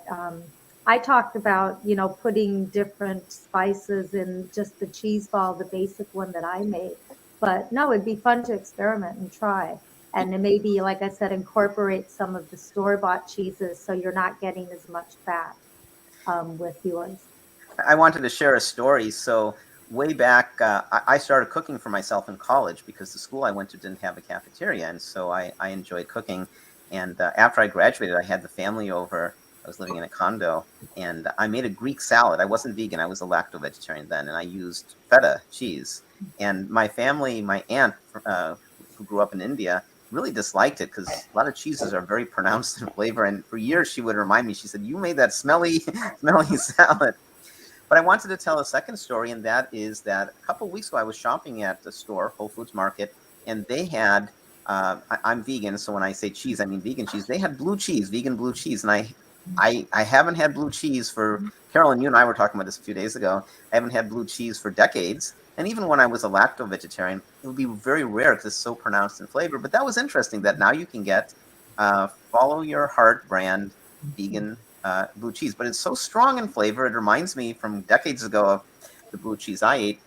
My family didn't like it. I don't know if I'll be able to get through it. So that was interesting. We Hey, have a couple. Philip, Yeah, Philip, Mark, can I jump please. on this since we're having a Yes. conversation about cheese? Just found this book. Some of you may be familiar with it, 1 Hour Dairy-Free Cheese. What I really like about this book, it's by Claudia Lucero, is she gives options for nut-free cheeses because most of our vegan cheeses are made with some type of nut. So she does give options for using other foods like she has a zucchini cheese in here, using cauliflower, also using white beans, which is a common replacement for nuts and seeds in vegan cheeses, especially if you're trying to watch the calories on that. So really, really, really nice book. I love the recipes. It's all beautiful, nice pictures, and she really walks you through it. So I've just recently gotten this from the library and just kind of checking this out. But for those of you that are interested, go ahead and check out 1 Hour Dairy-Free Cheese by Claudia Lucero. Thanks so much, Mark. I didn't know about that. That's one thing I love about being part of the Food for Life community is I learned so much from everybody, from all the other Food for Life instructors and all the cooks in the kitchen. And so if you're interested in moving towards a plant-based diet, being vegan, come on in. The water's great. They're so easy. There's so many. If you like cheese, if you like vegan cheese, that's the hardest to give up. But the good news is there's so many good vegan cheeses ready bought, and you can make your own. I will say that a lot of these products are transitional foods and tend to be high in fat. So in my household, I have a 13-year-old, and she likes grilled cheese sandwiches. She's been vegan for life. We actually don't have grilled cheese often. We use various vegan cheeses, but maybe once every 2-3 months we'll have a grilled cheese sandwich, and I eat it with her. I like a vegan grilled cheese sandwich with some pickles and all. So yeah, there's so many good products out there, and if you're on a budget, you can make a lot of these yourself. For cheese sauce, what I sometimes do, I think all of you do the same thing, is I'll blend some cashews with some nutritional yeast, some garlic powder, a little bit of salt if you'd like, maybe some chives. There's many variations on it. I like to put some red bell pepper, roasted pepper, to give it a little more color. So and that's not very expensive, and that gives you a tasty cheese sauce, a little bit of water as well. There was a comment that came in about cheese. Diane Garber said the sensational vegan cheese ball, Susanna's, can add a variety of savory or sweet enhancements, and that would be kind of neat. I don't know if you remember in my segment when I made my air-fried tofu, I put some sweet cherry jam on top, and that was really a nice combination. And also we got a very nice note here from Kathy Savo. I think what I like about the foods you make, meaning the Cooks in the Kitchen, is that I know if I make them, I'll get the nutrition I need. And in a few minutes, I'll ask one of us to tell you more about who we are, what is the Food for Life program, what is So Many Cooks. But that's the thing. Every single thing we make is definitely vegan, and almost always is whole food, plant-based with limited fat. We use some nut cheeses and nuts and sauces with nuts, and nuts do have some fat, and so we try to be careful with that. And there was a comment from Diane Garber about the food processor. As Mark stated, really is far more helpful and thorough for recipes without lots of liquid. So I use my Vitamix even when there isn't lots of liquid. The Vitamix, which is a high-speed blender, has a tamper, and you can press ingredients down, and I get pretty good results. For me, I have limited counter space. We do have a food processor. I just don't like to take it out very much. We have enough appliances. Carolyn, I wanted you to talk a little bit about tempeh. So a question came in about tempeh, and I'll let you take it, about how long does tempeh last. And I mentioned the package usually has an expiration date, but it lasts a long time. And maybe you could talk a little bit about, sometimes you see some mold on tempeh, which usually is not a problem. So can you talk a little about longevity of tempeh, please, Carolyn? Sure. So tempeh is interesting. Basically, if you look at a package of tempeh and you look at it from the outside, or you make it yourself, but if you look at a package from the store, you can actually see the soybeans in it. So tempeh is basically, it's a whole form of soy. It is very minimally processed. So what happens with this is that soybeans that are cooked, and then a rhizopus mold is added to it, M-O-L-D, mold. So you heard that right, it is actually mold. And so if it looks like it has mold on it, it does, but it's edible. And I kind of think of tempeh as the blue cheese of soy food, because blue cheese also has mold. It's what gives it that blue veiny stuff in it. That's mold, and it's an edible mold. So I think, from what I understand, in vegan cheeses, when you buy a vegan blue cheese, the blue part really isn't mold in it. It's spirulina, from what I understand, giving it that blue-green color. But in tempeh, it is a mold. It's called the rhizopus mold, and you grow it. Traditionally, it was soybeans that were pressed into cakes and added with rhizopus mold and wrapped up in banana leaves and left to just sit and ferment. And so my friend who's actually making tempeh right now has hers sitting on a little warming pad. And I can see in the picture she sent me, it's sitting on a little warming pad, the same kind of pad that you would use if you're sprouting seeds. And it helps the mold grow. And it helps those soybeans to stick together in a more dense cake-like form. So it is a whole form of soy, but it is, it's not really fermented, but it is grown, basically, cultured. Well, I think of tempeh as a fermented soy product because it is It is, fermented. yeah, it is. Yeah. I mean, technically fermented, but not like most people think of fermentation, like involving alcohol and that kind of thing. So it involves that mold. And so it'll last for quite a while in a package like this that's unopened in your refrigerator. Once you've opened it, I wouldn't wait more than about a week probably to use it. But I would probably use less than that. But I mean, the date on this one, January 21st, 2022, and that's unopened. So once you've opened it, I would probably try to use it in at least 3 or 4 days, but I think it could last, up to a week without. I've had it for a week or so, and sometimes the end gets a little bit hard, and I'll sometimes remove the end. Sometimes you get a little more black mold, and that's fine. That actually adds to the flavor. If you get Right. the red mold, you should probably remove that. But generally, mold is not a problem because, as you said, tempeh has mold. That's what it's made out of. Exactly. It's like the blue cheese of soy. I wanted to say a couple things about that. So we shared earlier on PCRM. You can go to pcrm.org and look for soy health, and we shared the link to it earlier. Whole soy products are very good choices, very healthy. And when I was developing my section of the recipe document, I asked my friend Brenda Davis about this because some people actually incorrectly call tofu a whole soy product. But Brenda said that's a forgivable omission because tofu is almost a whole soy product. It's minimally processed. And so when we talk about whole soy products, we really mean like edamame and natto. And actually, tempeh is a whole soy product. You can see the soybeans. But you're forgiven if you still call tofu a whole soy product. It really is a minimally processed soy product. It still has tons of good healthy properties in terms of bone health and calcium. It's usually there's an extra calcium put in it, and other. It can be protective against various kinds of cancers. So there's lots of benefits. I also wanted to mention one thing, and here's the soy health, the document on the PCRM website, is you recently, Carolyn, a number of cooks in the kitchen are making appearances on other shows. So Carolyn on Thursday was on Jane Unchained, which is a new 24/7 TV program. It's a vegan TV program, and I watched Carolyn. And I watched Karen yesterday actually on Chef AJ. So I didn't get to see Mark, but Mark was on, I think, Monday. Chef AJ, right? Monday, so, yep. Yeah. So in a minute, I'll have one of you guys talk about why all of you guys are featured. And I wanted to put a plug for, you might be missing Cody. She's a regular here. So Cody Stubbe is not with us today because in 1 hour, 10 minutes, she will be on Chef AJ. And that's the link.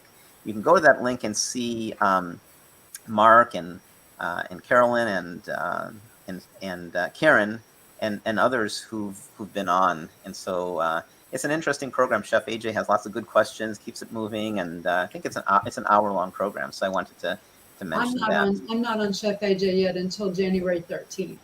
So okay, you were on lunch, January 13th. Right. So I wanted to mention that. Karen, I wanted to go to you. So you were talking about. I have one more question for Carol. I'll come back to Carolyn. So I had a question about sour cream. So you can get commercially prepared sour cream. I'll ask you the question, then I'll give you a little more background so you can start thinking about the answer. We haven't bought vegan sour cream in a long time, but I know there are people who make it, and I think you take soy milk and add some vinegar or something like that. So in a minute, I'm going to ask you to talk about how do you make your own sour cream. If anybody knows, it's you. And I'll tell you a quick story.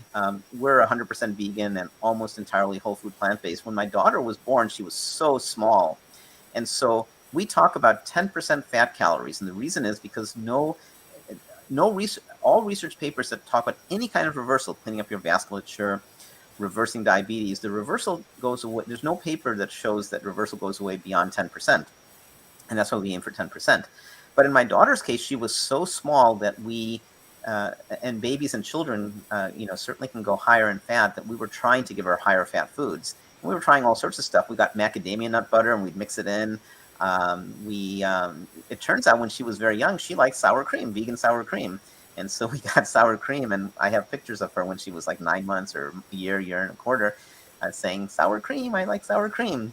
So we have a history some years ago, I haven't bought it in years, of buying sour cream, mainly for Anuragini. But Karen, can you talk a little bit about how do you make sour cream? Well, when I was totally raw, I used to make it with cashews or macadamia. It's really good with macadamia nuts, and it wasn't fermented. It was just nuts, water, and lemon juice and salt, and you could blend it in a high-speed blender really smooth, and it would taste like sour cream. But what I do now, I always have this soy yogurt that I make in my Instant Pot, and me, it tastes just like sour cream, or what I remember sour cream tasting like. Um, so it's healthy, it's less fat, and you're only using a little bit in here, so it's not adding a whole lot of fat. It's just, I think that's the easy thing. I know you can get vegan sour cream made with a lot of like nuts or coconut, but that's not something I have ever tried. I remember another thing I was going to say about Carolyn's tempeh, and that is look at one of our first shows, but our cook, Cindy Thompson, made tempeh from scratch. And it looked pretty complicated to me. But getting back to you, Karen, I make my own yogurt all the time. I'm the nutrition education director of a local school, and I teach the teachers how to make vegan yogurt, and they serve it to their kids, and they love it. It's so easy to make vegan yogurt, and I should maybe post the link. I do have a link. It's a bit.ly/vegan yogurt is what it is. bit.ly/vegan, capital Y, OGURT, bit.ly/vegan yogurt. Mark or somebody else, if you don't mind adding that to Facebook, that'd be great, or to one of the streams. And so it's so easy, and we should have a show just about yogurt. Vegan yogurt is very healthy, and the way I make the yogurt, it's almost no fat and almost no sweetness. So the demand for it in my family is we like adding things to yogurt, like jam or something, but we really prefer organic. And I couldn't find any blueberry or strawberry, especially berries. We couldn't find any any yogurts that were organic, and so I started making my own yogurt, and it's easy. What I did is the first time I went to the supermarket, there's lots of vegan yogurts. There's almond-based yogurts, soy-based yogurts, coconut-based yogurts. I think I used a coconut-based one. And I got soy milk. You have to get a pure soy milk. I make my own soy milk from scratch. That's what we drink. That's what we have with cereal, for example. But homemade milk doesn't work well with making yogurt. And I talked to a soybean grower, and they said the reason is, even though when you buy pure soy milk, it only has soybeans and water, it turns out they can add a little quantity of a coagulant, which is vegan, and such a small quantity they don't have to list it. And that's what gets the yogurt to work. So when I use my homemade soy milk, it doesn't make a good yogurt. So what I do is I buy commercial Eden Soy or West Soy pure soy milk, which is only filtered water and organic soybeans, period. No vanilla, nothing else. I put it in a container, put a teaspoon or so of my last batch, first time I use a commercial soy milk, a commercial yogurt, and then I put it in my Instant Pot, and I press yogurt anywhere from 8 to 15 hours, depending on how sour you want it. If you don't have an Instant Pot or a pressure cooker that has a yogurt function, just put it in a just barely warm oven, where you turn the oven on the lowest temperature for 5 minutes, turn it off, and then you leave it overnight. That's all there is to making yogurt. It's easy. So do you find that I've done it with West Soy and Eden Soy, and the Eden Soy has more protein. I think it acts on the protein too, and you get a thicker yogurt when you use the Eden Soy. Yeah, I think both those, I get equal results with both of them. I get equal results with either the Eden Soy or the West Soy. And as I said, we should do a show. And speaking of show, our January show is on snacks. And so we're all thinking about what we're going to be making, for snacks. If you have any ideas or any challenges for us about a snack, we're all ears. Before we take Kathy's question, Carolyn, can you answer this? I was watching you cook. I always like watching each of you cook. And you were using a wooden spatula. Can you talk a little bit about wooden spatula in your pan and what the benefits are of wood versus, say, metal or maybe plastic? So I find that my wooden spatulas don't scratch things up, and I don't want to scratch my pans. Also, I'm trying to use less and less plastic. So speaking of Chef AJ, I watched one of Chef AJ's shows a few weeks ago where there was I want to say she was a biochemist or somebody who was on there talking about plastics and the use of plastics in cooking, and the idea of using these, and I have some, but she talked about them and kind of complained about them, the black plastic spoons, that when you put them, or black plastic spatulas, when it's just plastic like this, when you put it in something hot, it is actually leaching out some of the toxins from the plastic. And there's like BPA. And when she said the things that are supposed to be BPA free that you see, they're really not. It's maybe free of BPA, but it's not really free of BPAS or BPAN or, different forms of bisphenol acid or whatever it is that's in BPA is.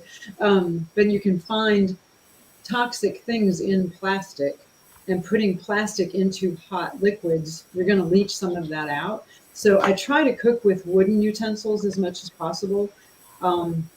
Unless they get a crack in them. So once it has a crack, it's used for something in the garden probably. But but in my kitchen, if it has, if it's not cracked and it's intact, I use wood. Like I just got this nice new wooden, it's like a strainer spoon. So if I have beans in a pot and I want to keep the liquid out, it's got little holes in it. And, so I try to use wood as much as possible instead of the black plastic or metal scraping up my pans. Sometimes I use metal too, but I really like wooden utensils just because they seem like they're a little safer and they're not going to leach things into my food, which is, if you heard about not cooking with plastic, that's the reason that you don't want to put anything in your microwave in plastic, because the heat can cause some of the toxins in the plastic to leach into your food. She said there was the micro chemist I was watching, or biological chemist on Chef AJ show, was talking about the fact that when there was recently research done into BPA in our bloodstreams, and that a study was done where 100% of the people tested had BPA in their systems. And the plastic in our systems actually can cause all kinds of health problems. So, I try to keep plastic away from my countertop. I have all these, I should probably just donate or throw them away. I'm not really sure, all these plastic utensils I have, or just use them in cold things, because, cold doesn't leach the stuff out of the plastic as much. But if I'm cooking something hot, I'm going to use wood for sure. I really favor metal, depending on what I'm using. Like with pots that are metal, I like using metal. But one exception I make, and Kathy is absolutely right. Kathy Sabo, same with Teflon. It's crazy. If you buy Teflon, there's a warning label on it. Don't use this if you have a bird in the house, because the outgassing may kill the bird. Something to that effect. And they also say don't use it if you have anybody less than 2 years old or something. Oh, I haven't heard that. Oh my goodness. Okay. Yeah, I used to use Teflon before I wised up, and I used to love my Teflon pans. And once you get a scratch in them, they're really bad news. So I recommend not using Teflon. But I wanted to make one counter example. I love plastic in the context of my blender, and I cringe when I see people putting metal spatulas into, for example, their Vitamix. You shouldn't do that. You should not make sure the metal doesn't touch the metal blades, even though they're not sharp on the Vitamix. So I like Vitamix or other blenders often have like a plastic doohickey device that you can use to spoon things out or to push things in, and I think that's a great use of plastic. And in this case, the plastic's going to last for a long time and used for that purpose. So there are some uses of plastic. You just don't want to heat it. You don't want to get it really hot and touch your food. Right. Do you guys remember Mrs. Robinson? No. The movie Mrs. Robinson with I wasn't old enough to watch that when it came out, Dylan. I watched it. Me either. I watched it. Mark and I are almost the same age. I watched it when I was much older, but the father of the neighboring family was a plastic salesperson. Oh, that's right. Plastics, yeah. Kathy asked, what happens with a metal spatula? So it's just bad news, because you have this metal blade, and then if you put another metal piece in, you might scratch it. So I think they tell you when you get a Vitamix, please don't put metal in. What if the blade, you turn it, I don't know. I just don't like metal. Great sparks or something, right? Well, if the power's on and it turns on, that would be really bad. You don't want any spatula, plastic or otherwise, to turn on with the Vitamix. I just don't like metal on metal. The way the Vitamix in particular works, it's not a sharp blade; it's a dull blade, right? So it goes very quickly. Isn't it like 250 miles an hour or something like that? Something ridiculous like that. Yeah. Something like that. So it's not sharp, but still, I wouldn't put metal on metal. Hey, if you would have asked me like a few years ago before I got into this work, if I would have been having a conversation at 3 o'clock Central Time about blades and mixers, I would have said, "You're crazy." That's funny. And actually, that's a good intro. Before we go to the next question, Mark, why don't you talk a little bit about So Many Cooks in the Kitchen and Food for Life? What is Food for Life? What are So Many Cooks in the Kitchen? Yeah, so Food for Life is a program that was that is developed and supported by the Physicians Committee for Responsible Medicine, PCRM. PCRM, a lot of you, I'm sure, are familiar with Dr. Neil Barnard. He formed PCRM back, I think it was like 1985, and he's got three arms of the organization: the animal testing, animal rights, do lobbying to government, and then the Food for Life work. And us Food for Life instructors, there's over 300 of us now worldwide, and a pretty elite club, if you will. Every year, they only take about 30% of the people that apply to be a Food for Life instructor, and then we get licensed, and we're able to teach and use all the information that's been developed and researched by physicians, nurses, and dietitians. All the classes are really about supporting a whole food plant-based diet, low to no oil, high in fiber, and based on that thing that's over my shoulder, the power plate. So all of us are all Food for Life instructors. I've been a Food for Life instructor probably the shortest of all of you that are on the show today. I was licensed in March of 2020. And all of us, either we teach at an institution where we work, or we have a private business like all of us do, or we just work with community groups providing this education. So it's a combination of cooking and some education around whole food plant-based eating, and really about helping people transition and get firmly seated and rooted in the whole food plant-based eating and lifestyle. So Many Cooks was really a brainchild. I think Dilip and Carolyn's, and then Cody's kind of got this thing started, and invited some other the rest of us Food for Life instructors, and those of us that were foolish enough to say yes. No. Now coming up on a year and a half, we do this show monthly, and I do it for a lot of different reasons. I always tell these guys, I'm pretty transparent. I always learn a lot from everybody that cooks on the show, and especially like from these Q&As and so forth, and also gives us an opportunity to practice some of our skills, because this is a skill, especially teaching online to where you're not getting immediate response from an audience. I'm an old school guy that used to do teaching in healthcare for up to 200 or 300 people in a room, and I'm used to that feedback. But now, given the world of COVID and online, we do all this online. So lots of great recipes.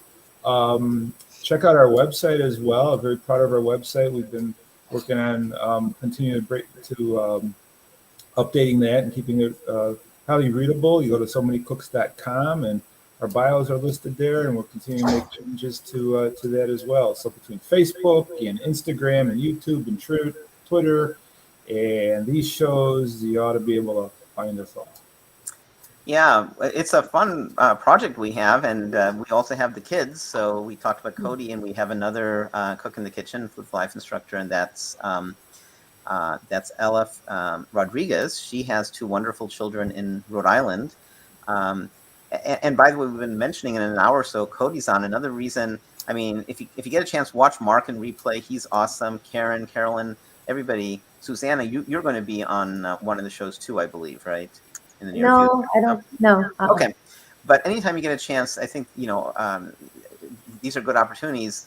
The big win today for watching Cody is it's not just Cody, it's her really delightful girls. They're awesome. She has girls who are 5 to 12, almost 13, and especially the 5-year-old is a little bit unpredictable and just makes things really fun. So I do encourage you to watch that in a little less than an hour. Thanks, Barry, for your comment. That was it's been an informative show, and we enjoy the comments that come in. That makes it we learn from you too. For example, Diane Garber made a good point that we all forgot that silicone is a great choice. I don't have a lot of silicone because it's more expensive. One of these days I'm going to get a Silmat, which you put down, it's inert, and you can bake on it. I don't have one, so thanks for that comment. And then there was this comment that Janice put out there, and that is that Costco has an organic strawberry spread that I will put at the bottom of my jars, then add the liquid yogurt mixture, then put in the Instant Pot. So if you're saying that's how you make your yogurt, I haven't had success doing that. I've tried adding things like a little bit of jam or some vanilla or a little bit of maple syrup. And the way I make yogurt, and Mark posted the link, bit.ly/vegan, capital Y, OGURT, it hasn't come out for me. So if you want to share a little bit more of how you do it, unless you're just saying that you're warming it up a little bit, that probably would work well. So Annalita's not with us, but I was wondering if any of you could answer this. She gave a tip that I'm going to try to use. I love my air fryer, and she said sometimes things dry out in the air fryer. So she will occasionally, I think she said every 2 minutes, she'll open the air fryer and she'll spray some water. And that gave me the idea that I wonder if anybody else here has an air fryer. If you do that, and I was thinking instead of water, broth. Make your own vegan broth and spray that on. Or maybe have some soaked spices, something of that nature. Does anybody here have any experience with that? Dylan, I have an air fryer, but I don't. Susanna? oh, Go ahead. Go on, Susanna. sometimes I'll use vegetable broth or a little bit of soy milk. I'll just put that in a little spritzer and use that instead of water because it really doesn't flavor it that much, but it adds that moisture. Okay, that's a good point. Yeah. And by the way, speaking of silicone, we got a comment from Kathy Sabo. I do wonder, though, if there are silicone blends that may make some silicone products not quite as safe. And so I didn't know there were blends. For me, I don't know much about this. Maybe somebody else, maybe Carolyn, Karen, Mark, or Susanna does. Silicone is inert at the temperatures we'd use it at.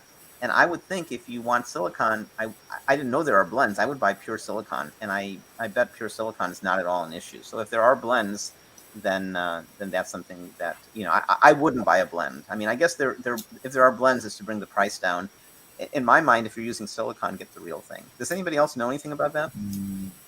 Don't. We have silicone grill mats that we use that are made for the grill. And I know they have them at Costco. And so we've been using those, but recently I switched to using it's a grill, like a big pan that you can lay out on your grill, and it's metal. And so things don't fall through. I guess the big reason to use like a silicone grill mat would be to keep smaller things you're grilling from falling through the holes. So sometimes if I'm grilling vegetables like asparagus and, it rolls over and it falls right through. So a grill pan, and we have a grill pan that's like a big sheet, but it's, made for the grill and it's metal. So I switched to that recently just because I started to wonder about this. Was it a blend of silicone and something else? But it's never melted. They never melt. They seem perfectly fine at very high temperatures on the grill. Yeah, So. I don't grill. Cody grills a lot, and I think she uses something like that as well. Once in a while, if I go to a 4th of July party, we usually have in our Vegetarian Society a 4th of July picnic or a potluck. But if you in the older days, when, before some years ago, when I go to a kind of a non-vegetarian, non-vegan potluck, I wasn't crazy about using grills, and I wouldn't, because who knows what's been on the grill, and there may be bits of dead animals and all. And so a few times I've brought foil or something like that, and I put that on the grill, and I've grilled with that. So I've done that. Yeah. Janice made a really good point here. So we were talking about yogurt, and my experience with yogurt is you really don't want to mix anything in. And I love your idea, Janice, because what Janice has said is I just put a little bit of jam on the bottom, just like commercial ones do. What a great idea. And then don't mix it, but make your yogurt. So it's all in one. And when you're done, you're done. You have a small container perhaps, and you send it maybe with lunch with the kids, and it's all set to go. They can kind of spoon up the jam. I love yogurt, vegan yogurt, but to me, I need a little bit of, usually sweetener. I'll put a little bit of jam.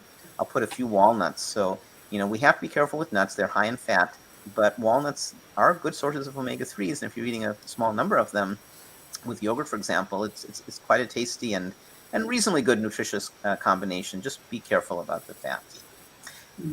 Karen, you talked a little bit about nuts earlier. Did you want to pick up on that a little bit about walnuts and nuts in general?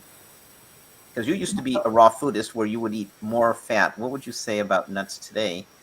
in terms of fat in it. Well, that's why because I was raw for like 16 years, and I felt really good up until that point, and then I was not able to handle so much fat. So then I started adding back in sweet potatoes and beans and stuff. So that's a whole lot better. If you're gonna have nuts, you want like just a handful, what will fit in the palm of your hand. That's a serving. I think that's like 1 ounce of nuts or seeds. But yeah, they do like the walnuts have omega-3s. The flax seeds have omega-3s, which are beneficial. Just keep it low. Like this is not no fat; it's just low fat. Right. There was a question. I don't know the answer. I think the answer is yes. But does anybody know this? Do you get omega-3s from roasted nuts or just raw? Yes. I think it's from It either. does not remove the omega-3s to roast your nuts. It's fine. But actually, if you heat them, if you heat fats, it kind of changes the makeup of the fats. So they really aren't as healthy as if you eat raw nuts. I was just reading about that the other day, that the amount of omega-3s in things like hemp and flax, I mean, if you heat it over high heat, for sure, you're going to lose some of it. But if you just lightly toast like walnuts, it really doesn't lose that much of the omega-3. You should still be okay on getting omega-3s out of it. Some things though, like it's really the oils in flax that are the problem and the oils in hemp that are the problem, but it's heating it to a super high temperature. Yeah, I mean, you probably will get some less nutritional value out of it, but it does still have omega-3s. So you're not losing all of it. And if you soak them, that keeps the nuts or seeds from getting even, higher temperature. Right. One thing which surprises me is we do buy some waffles from the store, frozen waffles, vegan waffles that are pretty close to whole food plant-based. But one of the varieties we sometimes get has flax in it. And my understanding, and Karen or others correct me if I'm wrong, heating a little bit isn't a problem, but flax is pretty susceptible to heat, decomposes with heat. And so I think that's just a pure marketing thing. When you have a flax waffle, you're going to be putting in your toaster oven. So I would think there's zero nutritional benefit from the flax when you heat it like that in a waffle. Do you guys agree, or is Probably. I don't know how, you don't know how long they bake the waffles or whatever before they put them in the box. Right. Or how high. That's true. So, and one thing this also reminds me about is when we advocate, we should talk about the power plate. We recommend eating fruits, whole grains, legumes, and vegetables. So nuts isn't, there isn't a section for nuts. And in PCRM, we don't talk a lot about nuts, even though, walnuts are good sources of omega-3s. There are other good people that we respect, Brenda Davis, for example, who do suggest, a little bit of nuts is a good thing. My friend Bob Leroy, who does the Peapod Conference, Plant-Based Prevention of Disease, he's an advocate of a little bit of nuts. But one thing that's for sure is we don't want to snack on nuts. So you don't want to sit before a game and have a big bowl of already shelled pistachios, for example. I buy pistachios once in a while. I bought pistachios a few days ago, but they're in the shell, and I'll have a few and take some time to remove the shell. But if you go to a party and there's a big bowl of shelled nuts and you're hungry, you may end up eating quite a bit of the nuts, which are really high in fat. And sure, nuts do have good nutritional qualities, but we want to temper how much we eat. If you think about in nature, if you get a walnut, it's really hard and it takes a long time. You have to get a stone out or something and bang on it, and eventually you get a little bit of nut out of it. I remember when my daughter was much younger, we'd go hiking and we'd find some nuts in the in the forest, and we would really bang at it and we'd get teeny bits of nuts out. But if you chop them and sprinkle them on your oatmeal or sprinkle them on your salad, you're getting that flavor in every bite. That's a way to taste them without eating too many. Mark, did you want to say something? You do something really, really cool with your vegan jaunts. Can you tell us a little bit about that? That sounds so fun. Yeah, so it's so I've partnered with a vegan travel agent, Vegan Johnson Journeys, And Kim, my business partner, actually, there was an article that just came out this week. Her company is rated #3 by Foders. So if you go to foders.org and look up vegan travel, her company is #3. So we're really excited about that. That she's built the company since like 2016, and now we've partnered to do trips here in the United States. We have our first trip coming up in April to Charleston, South Carolina. And what we're doing with these trips is we have a big house, so there's lots of big mansions around the United States, and the house that we're renting, for example, in Charleston, which by the way, we still do have a couple of spots available. So if you're interested, go to Veg Johnson Journeys. That's VEG johnsonjourneys.com, and look at the Charleston trip. But we're renting the house, and then Kim's setting up all kind of tours, and then myself, and then my wife's my sous chef will be doing cooking for the week, all whole food, plant-based, no oil, high fiber dishes. And what I've done too with this trip, and we've got a trip in Maine, and is to really focus on food that's more endemic to that area. So like in Charleston, things like mock seafood cakes, crab cakes, and things that are more specific to. There's the sites up on the ticker below me now, Veg Johnson Journeys, and then we're going to Maine in September and doing things like lobster rolls and things, again, some seafood type salads, if you will. But again, all vegan. And we do have a trip planned to Zion National Park in April of 23. And I'm focusing my menu there on food that's specific to Native Americans. So things like fry cakes and wild salads and prickly pear cactus jam, things like that. So should be a lot of fun. All the tours are included, one price. All you got to do is get yourself there by plane. I'll be doing some education as well. So as far as we could tell, it's the only travel trips where you'll get some cooking classes and my sunny personality as well to entertain you for the week. So should be a lot of fun. But we're really, really excited about it. With travel and everything, people just really interesting. People are very skeptical about traveling overseas yet. So we're finding my wife and daughter are traveling overseas right now. Yeah. Some people just aren't comfortable getting on a plane, and it is what it is for folks. And what we're finding too is that people that are on the whole food plant-based diet, when you travel, it's not always easy to eat out, right? I mean, you got to be pretty specific with your servers and pretty very, very assertive as well.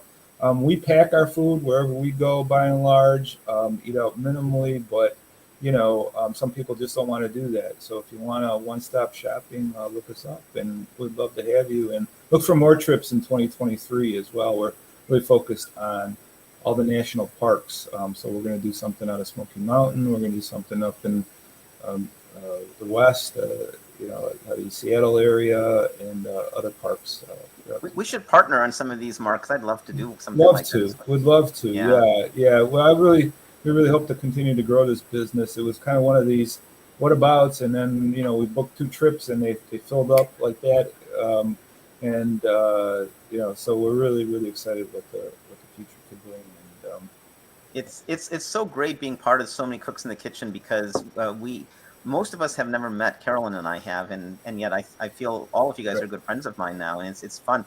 In 2 weeks, I'm going out to see Cody. I'm going to get to hug those girls of hers, which is going to be really great. Carolyn and I have talked about maybe my coming down to Alabama sometime, and Karen, we talked about when I pass through Austin, maybe spending some time near the airport. Suzanne, I'd love to see Indiana, and Mark, you and I have talked about meeting. Yep, so absolutely. We're a really nice community. And speaking of Anytime, community, Philip. what was that? I said you're welcome anytime. I'd love to. Yeah, You're welcome here. Philip, we'd love to have you come out, and I know you're meeting with. I'm part of this organization called Plant-Based Nutrition Movement out of Chicago, and we're looking kind of the Chicago metropolitan area, southern Wisconsin.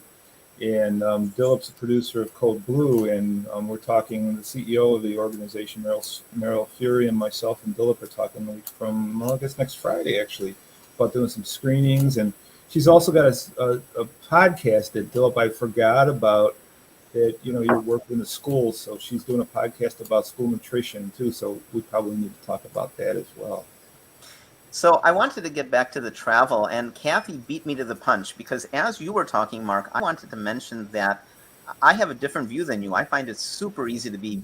It's not super easy to be whole food, plant-based, limited fat all the time when you're eating out, but Right. it's super easy to be vegan all the time when you're eating out.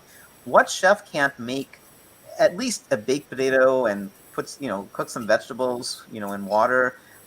Maybe they have some oil, right? But at least it would be very weird to go someplace and somebody says, I can't make anything that's vegan. So I find it easy to be vegan. And I was going to make the same comment Kathy did, that there's Happy Cow. There's also something called veg dining that my friend Dennis Bayomi maintains. He's in Canada.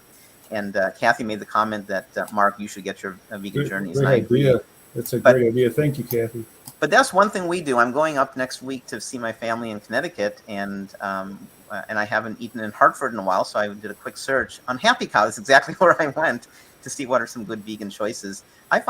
Sometimes I find I prefer to go to non-vegan restaurants to show that there's a demand, and there really is. But there's so many good choices, and Happy Cow is one good thing. Right. The other thing I would suggest about eating out is just call. If there's a restaurant you want to go to, I used to work for an executive, and I represented this executive at meetings. And so I remember once I was at this meeting out of town someplace, and that they wanted all the executives to go to this steakhouse. And I don't go to steakhouses, but I had to, and I did. And I in this case, I'm not sure I called in advance, but that was what I was going to say, is call in advance. But all I did is when I got there, I said to the server, I'm vegan. And they said, no problem. And they brought a very nice spread. It included baked potato. It included a variety of vegetables. It's been enough years, I can't remember what else it included. But I know a number of other people said, I wish I had ordered what Dilip ordered. So I find eating out really to be quite easy. If you're going to be very, very, very careful, 100% organic, 100% no added fat, it's easy at home, but Right. that isn't so easy going out. No, That's a exactly little bit right. harder. And that's why some people, for example, Karen, you're more careful than I am. I bet you eat out less often than I do. When I travel, I enjoy going to restaurants. I'm getting more oil than I'd like to get, but as long as your overall fat content you're managing, it's okay. If you get a high fat meal at a restaurant once in a while, it's okay.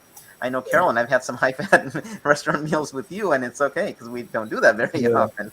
Yeah. Yeah, I guess it just really depends on your tolerance level, because if I have something with fat these days, my body just reacts like really violently. I mean, we went to this restaurant in Chicago. It's known for its vegan diner food. Chicago Diner is awesome. Unfortunately, I had gastrointestinal issues for a few days. I mean, Really? it really impacted me. And some people can tolerate it. Yeah. Especially my students that are focusing on, trying to lose weight and everything, they want to be really super careful.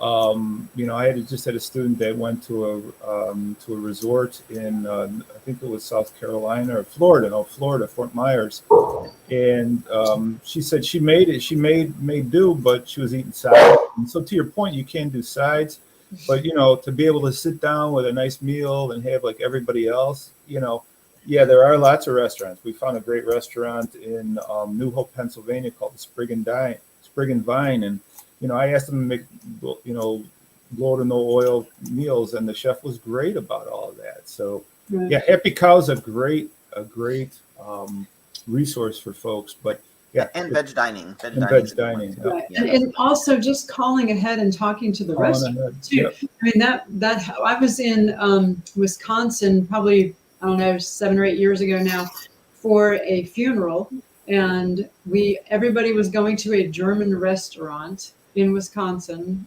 and I thought, oh my goodness, what am I going to eat at a German restaurant? And so I called ahead to the restaurant and I said, hey, I'm in town. I don't live here. I'm coming with a bunch of relatives to this German restaurant, and I see that you have potatoes on the menu. Could you maybe make me a baked potato, some steamed broccoli, some beans? I mean, something. Could you just make me a baked potato and I'll be fine? A salad, with just some vinegar on it. And the chef got on the phone and he said, well, I'm happy to make you something plant-based, something vegan. Do you like stir fries? And I said, yeah, at a German restaurant. And he said, well, I just bought this wok and I'm so excited. And so he made me this big stir fry And so it was crazy. Everybody else had all their German, their Wiener Schnitzel and all the brown and gravy covered stuff. And then mine came out and it was green and red and orange. And I mean, it was beautiful. And everybody said, "What did you get?" And I said, "Well, I called ahead and talked to the chef and I got healthy food." So I think that's a really good approach, quality. and the chefs appreciate it. If you give them a few hours or overnight notice, many chefs love it. Wow, we're so glad you're coming. We're going Oh, to. he was so excited. He came out and talked to me. He said, "Hey, do you like it?" And I said, "This is fabulous." Because if you tell them when you arrive there, they can usually handle it, but sometimes it adds to their stress if it's off menu. But if you call in advance, yay, I can't wait. Mark, you're coming tomorrow. I called Awesome. about 3 hours. I called like 3 hours ahead of time, and he said, "Oh, we're just running to the store anyway, so let me get some red peppers and some broccoli." And I said, "Yay!" I was so excited. So just call ahead. If you know where you're going and you have to go, then let's get another few questions are coming in. So is silicone bakeware safe? To make sure that your silicone bakeware is producing safe food and not burning, take these steps. Oh, I'm sorry. This is us. Yeah, I posted that, Dilla, about. I'm sorry. Why don't you tell us what you good posted, information Suzanne? I thought that was a silicone comment. bakeware. Can you share that and tell us what you want to share about that? Oh, just one of the things I think, because depending on where you buy it, you want to make sure that it is a good quality, and they recommend kind of flexing it in the store and seeing if you see color inconsistencies. And if you do, then it is not as a good quality, so you probably don't want to buy it. So, because I know I did buy, at a grocery store, they had a sale and they had some cupcake silicone cups. And when I got them home and I used them once, they had a white kind of baking on them after I took them out. And they just were really thin and you could almost, see through. So just making sure that you get a good quality, run it through the dishwasher, and then always using a metal sheet underneath it is important too. Not putting it directly, obviously, on your oven. But it was just something I looked up. And why not directly in the oven? That's not obvious to me. Well, because the difference in temperature, it will eventually wear it down. Okay, I didn't know that. And it'll be uneven when it's cooking, Okay, so the metal evens out the temperature. Right. Okay, right. I didn't know that. I don't bake much. No, I bake a lot. With 2 kids, I'm making muffins and cakes and cookies and things like that. So, and bread. Speaking of baking, please tune in next Saturday at 12:30. It's a little bit earlier than usual, East Coast time. The kids in the kitchen are making winter snacks, and my daughter is making baked apple. And she's come up with a recipe. She took kind of what, when I make a baked apple, and she's kind of customized it and done some interesting things I would never have thought of. So check out So Many Kids in the Kitchen. That show, we publish the recipes a couple days in advance, and we know we have people who watch from around the world, and some of their kids are cooking with us, is the feedback I've gotten. So check that out. Maybe this will be our last comment. Kathy made a comment about broccoli sprouts, and broccoli sprouts are very good for the immune system. I know that they have some very strong anti-cancer properties. In general, sprouts are good foods because they are growing and they have lots of good things in them, lots of good nutrients that are blossoming, basically. And so I'm a personal chef, and I sometimes have clients that I drop food off for them. And I had a cancer patient, and I tried at many of the meals I dropped off for this couple to include broccoli sprouts. So that's a good point. Broccoli sprouts are great. They taste good, and you can make them at home. They're easy to make. I'm lazy, so I usually buy them. One comment I make about sprouts is be careful that your sprouts don't have mold on them. So when you buy it, make sure they're fresh and try to use them in a couple of days. Does anybody have any final comments about, there's another thought from Kathy Sabo. I think it got lost. If you do things with, oh yeah, that's right, Kathy, I apologize. Kathy, you did ask, do any of us do anything with dehydrators? And I have a new air fryer, which is by Breville. It has a dehydrating mode, which I haven't used yet. One thing we have done with dehydrating, this is really my wife. My wife doesn't cook much, but she cooks a few things. And so she went through a period of being really interested in raw. So she'd have a raw lunch and she'd have my cooked dinner. And we used to go to this wonderful organic biodynamic strawberry farm and pick our own strawberries. We get tons and tons and tons of strawberries. And so she would blend them kind of, and liquefy them and then put them on sheets and dehydrate them. And we'd get fruit lollipops essentially, and they would last for months. Really delicious. But I'm not an expert at food dehydrating. I'm sure that one of you is, though. Would any of you like to talk about dehydrating food? Karen, I'm sure you are. I'm not surprised at all. I'll just say real quick, and then Susanna. Okay. It's good for preserving the enzymes in the food, because a lot of the enzymes are damaged by the heat, some of the vitamins. But I do crackers and flatbreads, and at this event that I did last weekend, I did dehydrate. It's banana cinnamon rolls, but you just dehydrate the slices of banana, and then make a date paste with some and put cinnamon on it and vanilla, and spread that on the dehydrated bananas and roll it up, and then dehydrate it some more, and they were so good. That's a good snack.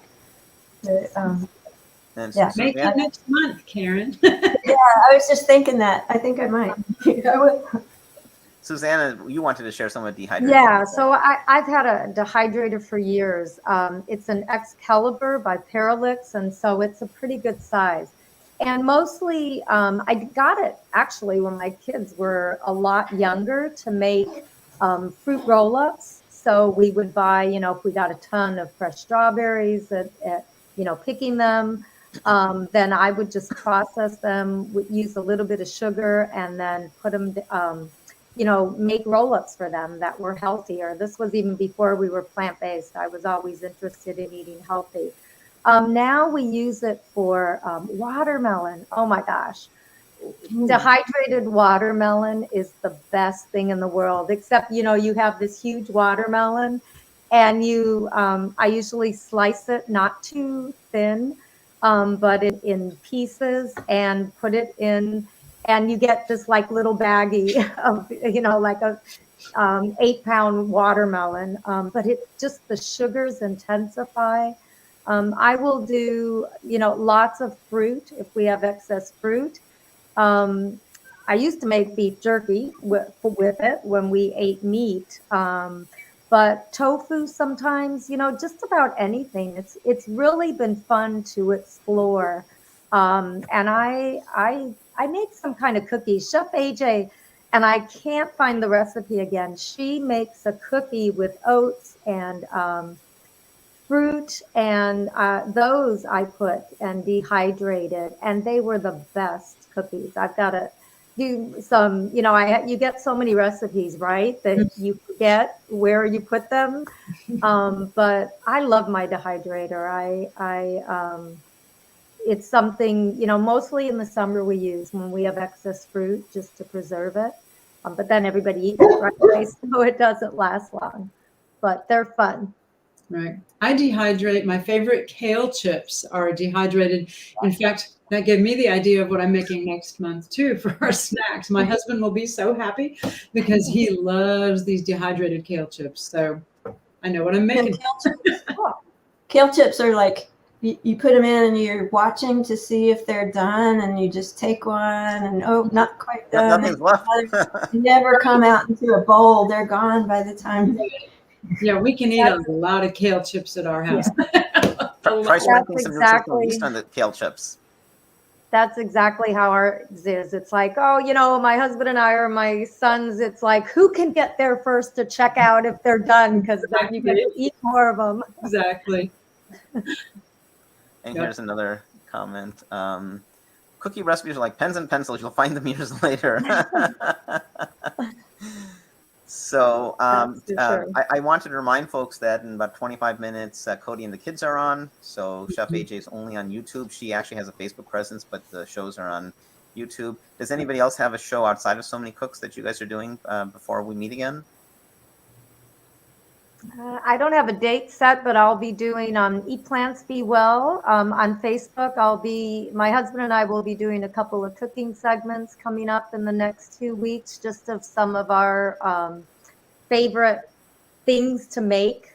Today we made a cauliflower pot roast with vegetables. We got a lot of oh my gosh, now I'm not thinking of what it is. Parsnips. We got a lot of parsnips from our last final farm share. So carrots and potatoes, celery. It was delicious. So we're just going to be, check us out online on our Facebook page. We'll be doing some lives. It's remarkable. So, Dan, Susanna's husband, I've seen some of your videos, and Susanna's on TV a bunch too with news and prepares meals, prepares dishes. I don't know why Dan isn't also a Food for Life instructor. He seems very good. Maybe as good as Yeah. me, maybe not. I don't know, but he seems very good. No, he is. When we ate meat, he was the person who cooked, because I would be like, I'd have to have gloves on to, make meatloaf. It's like, I'm not touching that stuff with my hands. So he cooked more, and he still does. But yeah, he definitely, we've talked about it. So who knows, maybe one day. And it's fun to see how our spouses, we collaborate with. I can speak about Carolyn. Her she has a vegan restaurant in town, and they have a dish named after her husband because he's a doctor who tells people about the benefits of plant-based eating. That's the Dr. Strickland plate. My wife also is interested in many issues related to plant-based eating, and so she has a YouTube channel about social justice issues and history focused on India and colonialism and veganism. So it's really interesting how once you kind of put your foot into the vegan waters, it relates to so many other things. This is one of the few issues. I've advocated for lots of things in my life. I was the chair of our city's bicycle committee for years, helped get bike racks put on buses.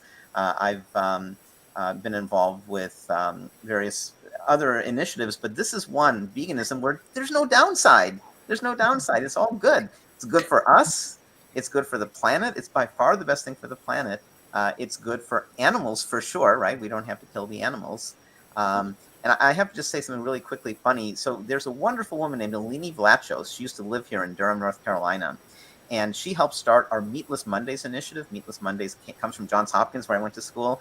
And the idea is you go vegan one day a week. And it's such a powerful environmental impact and health impact and animal impact.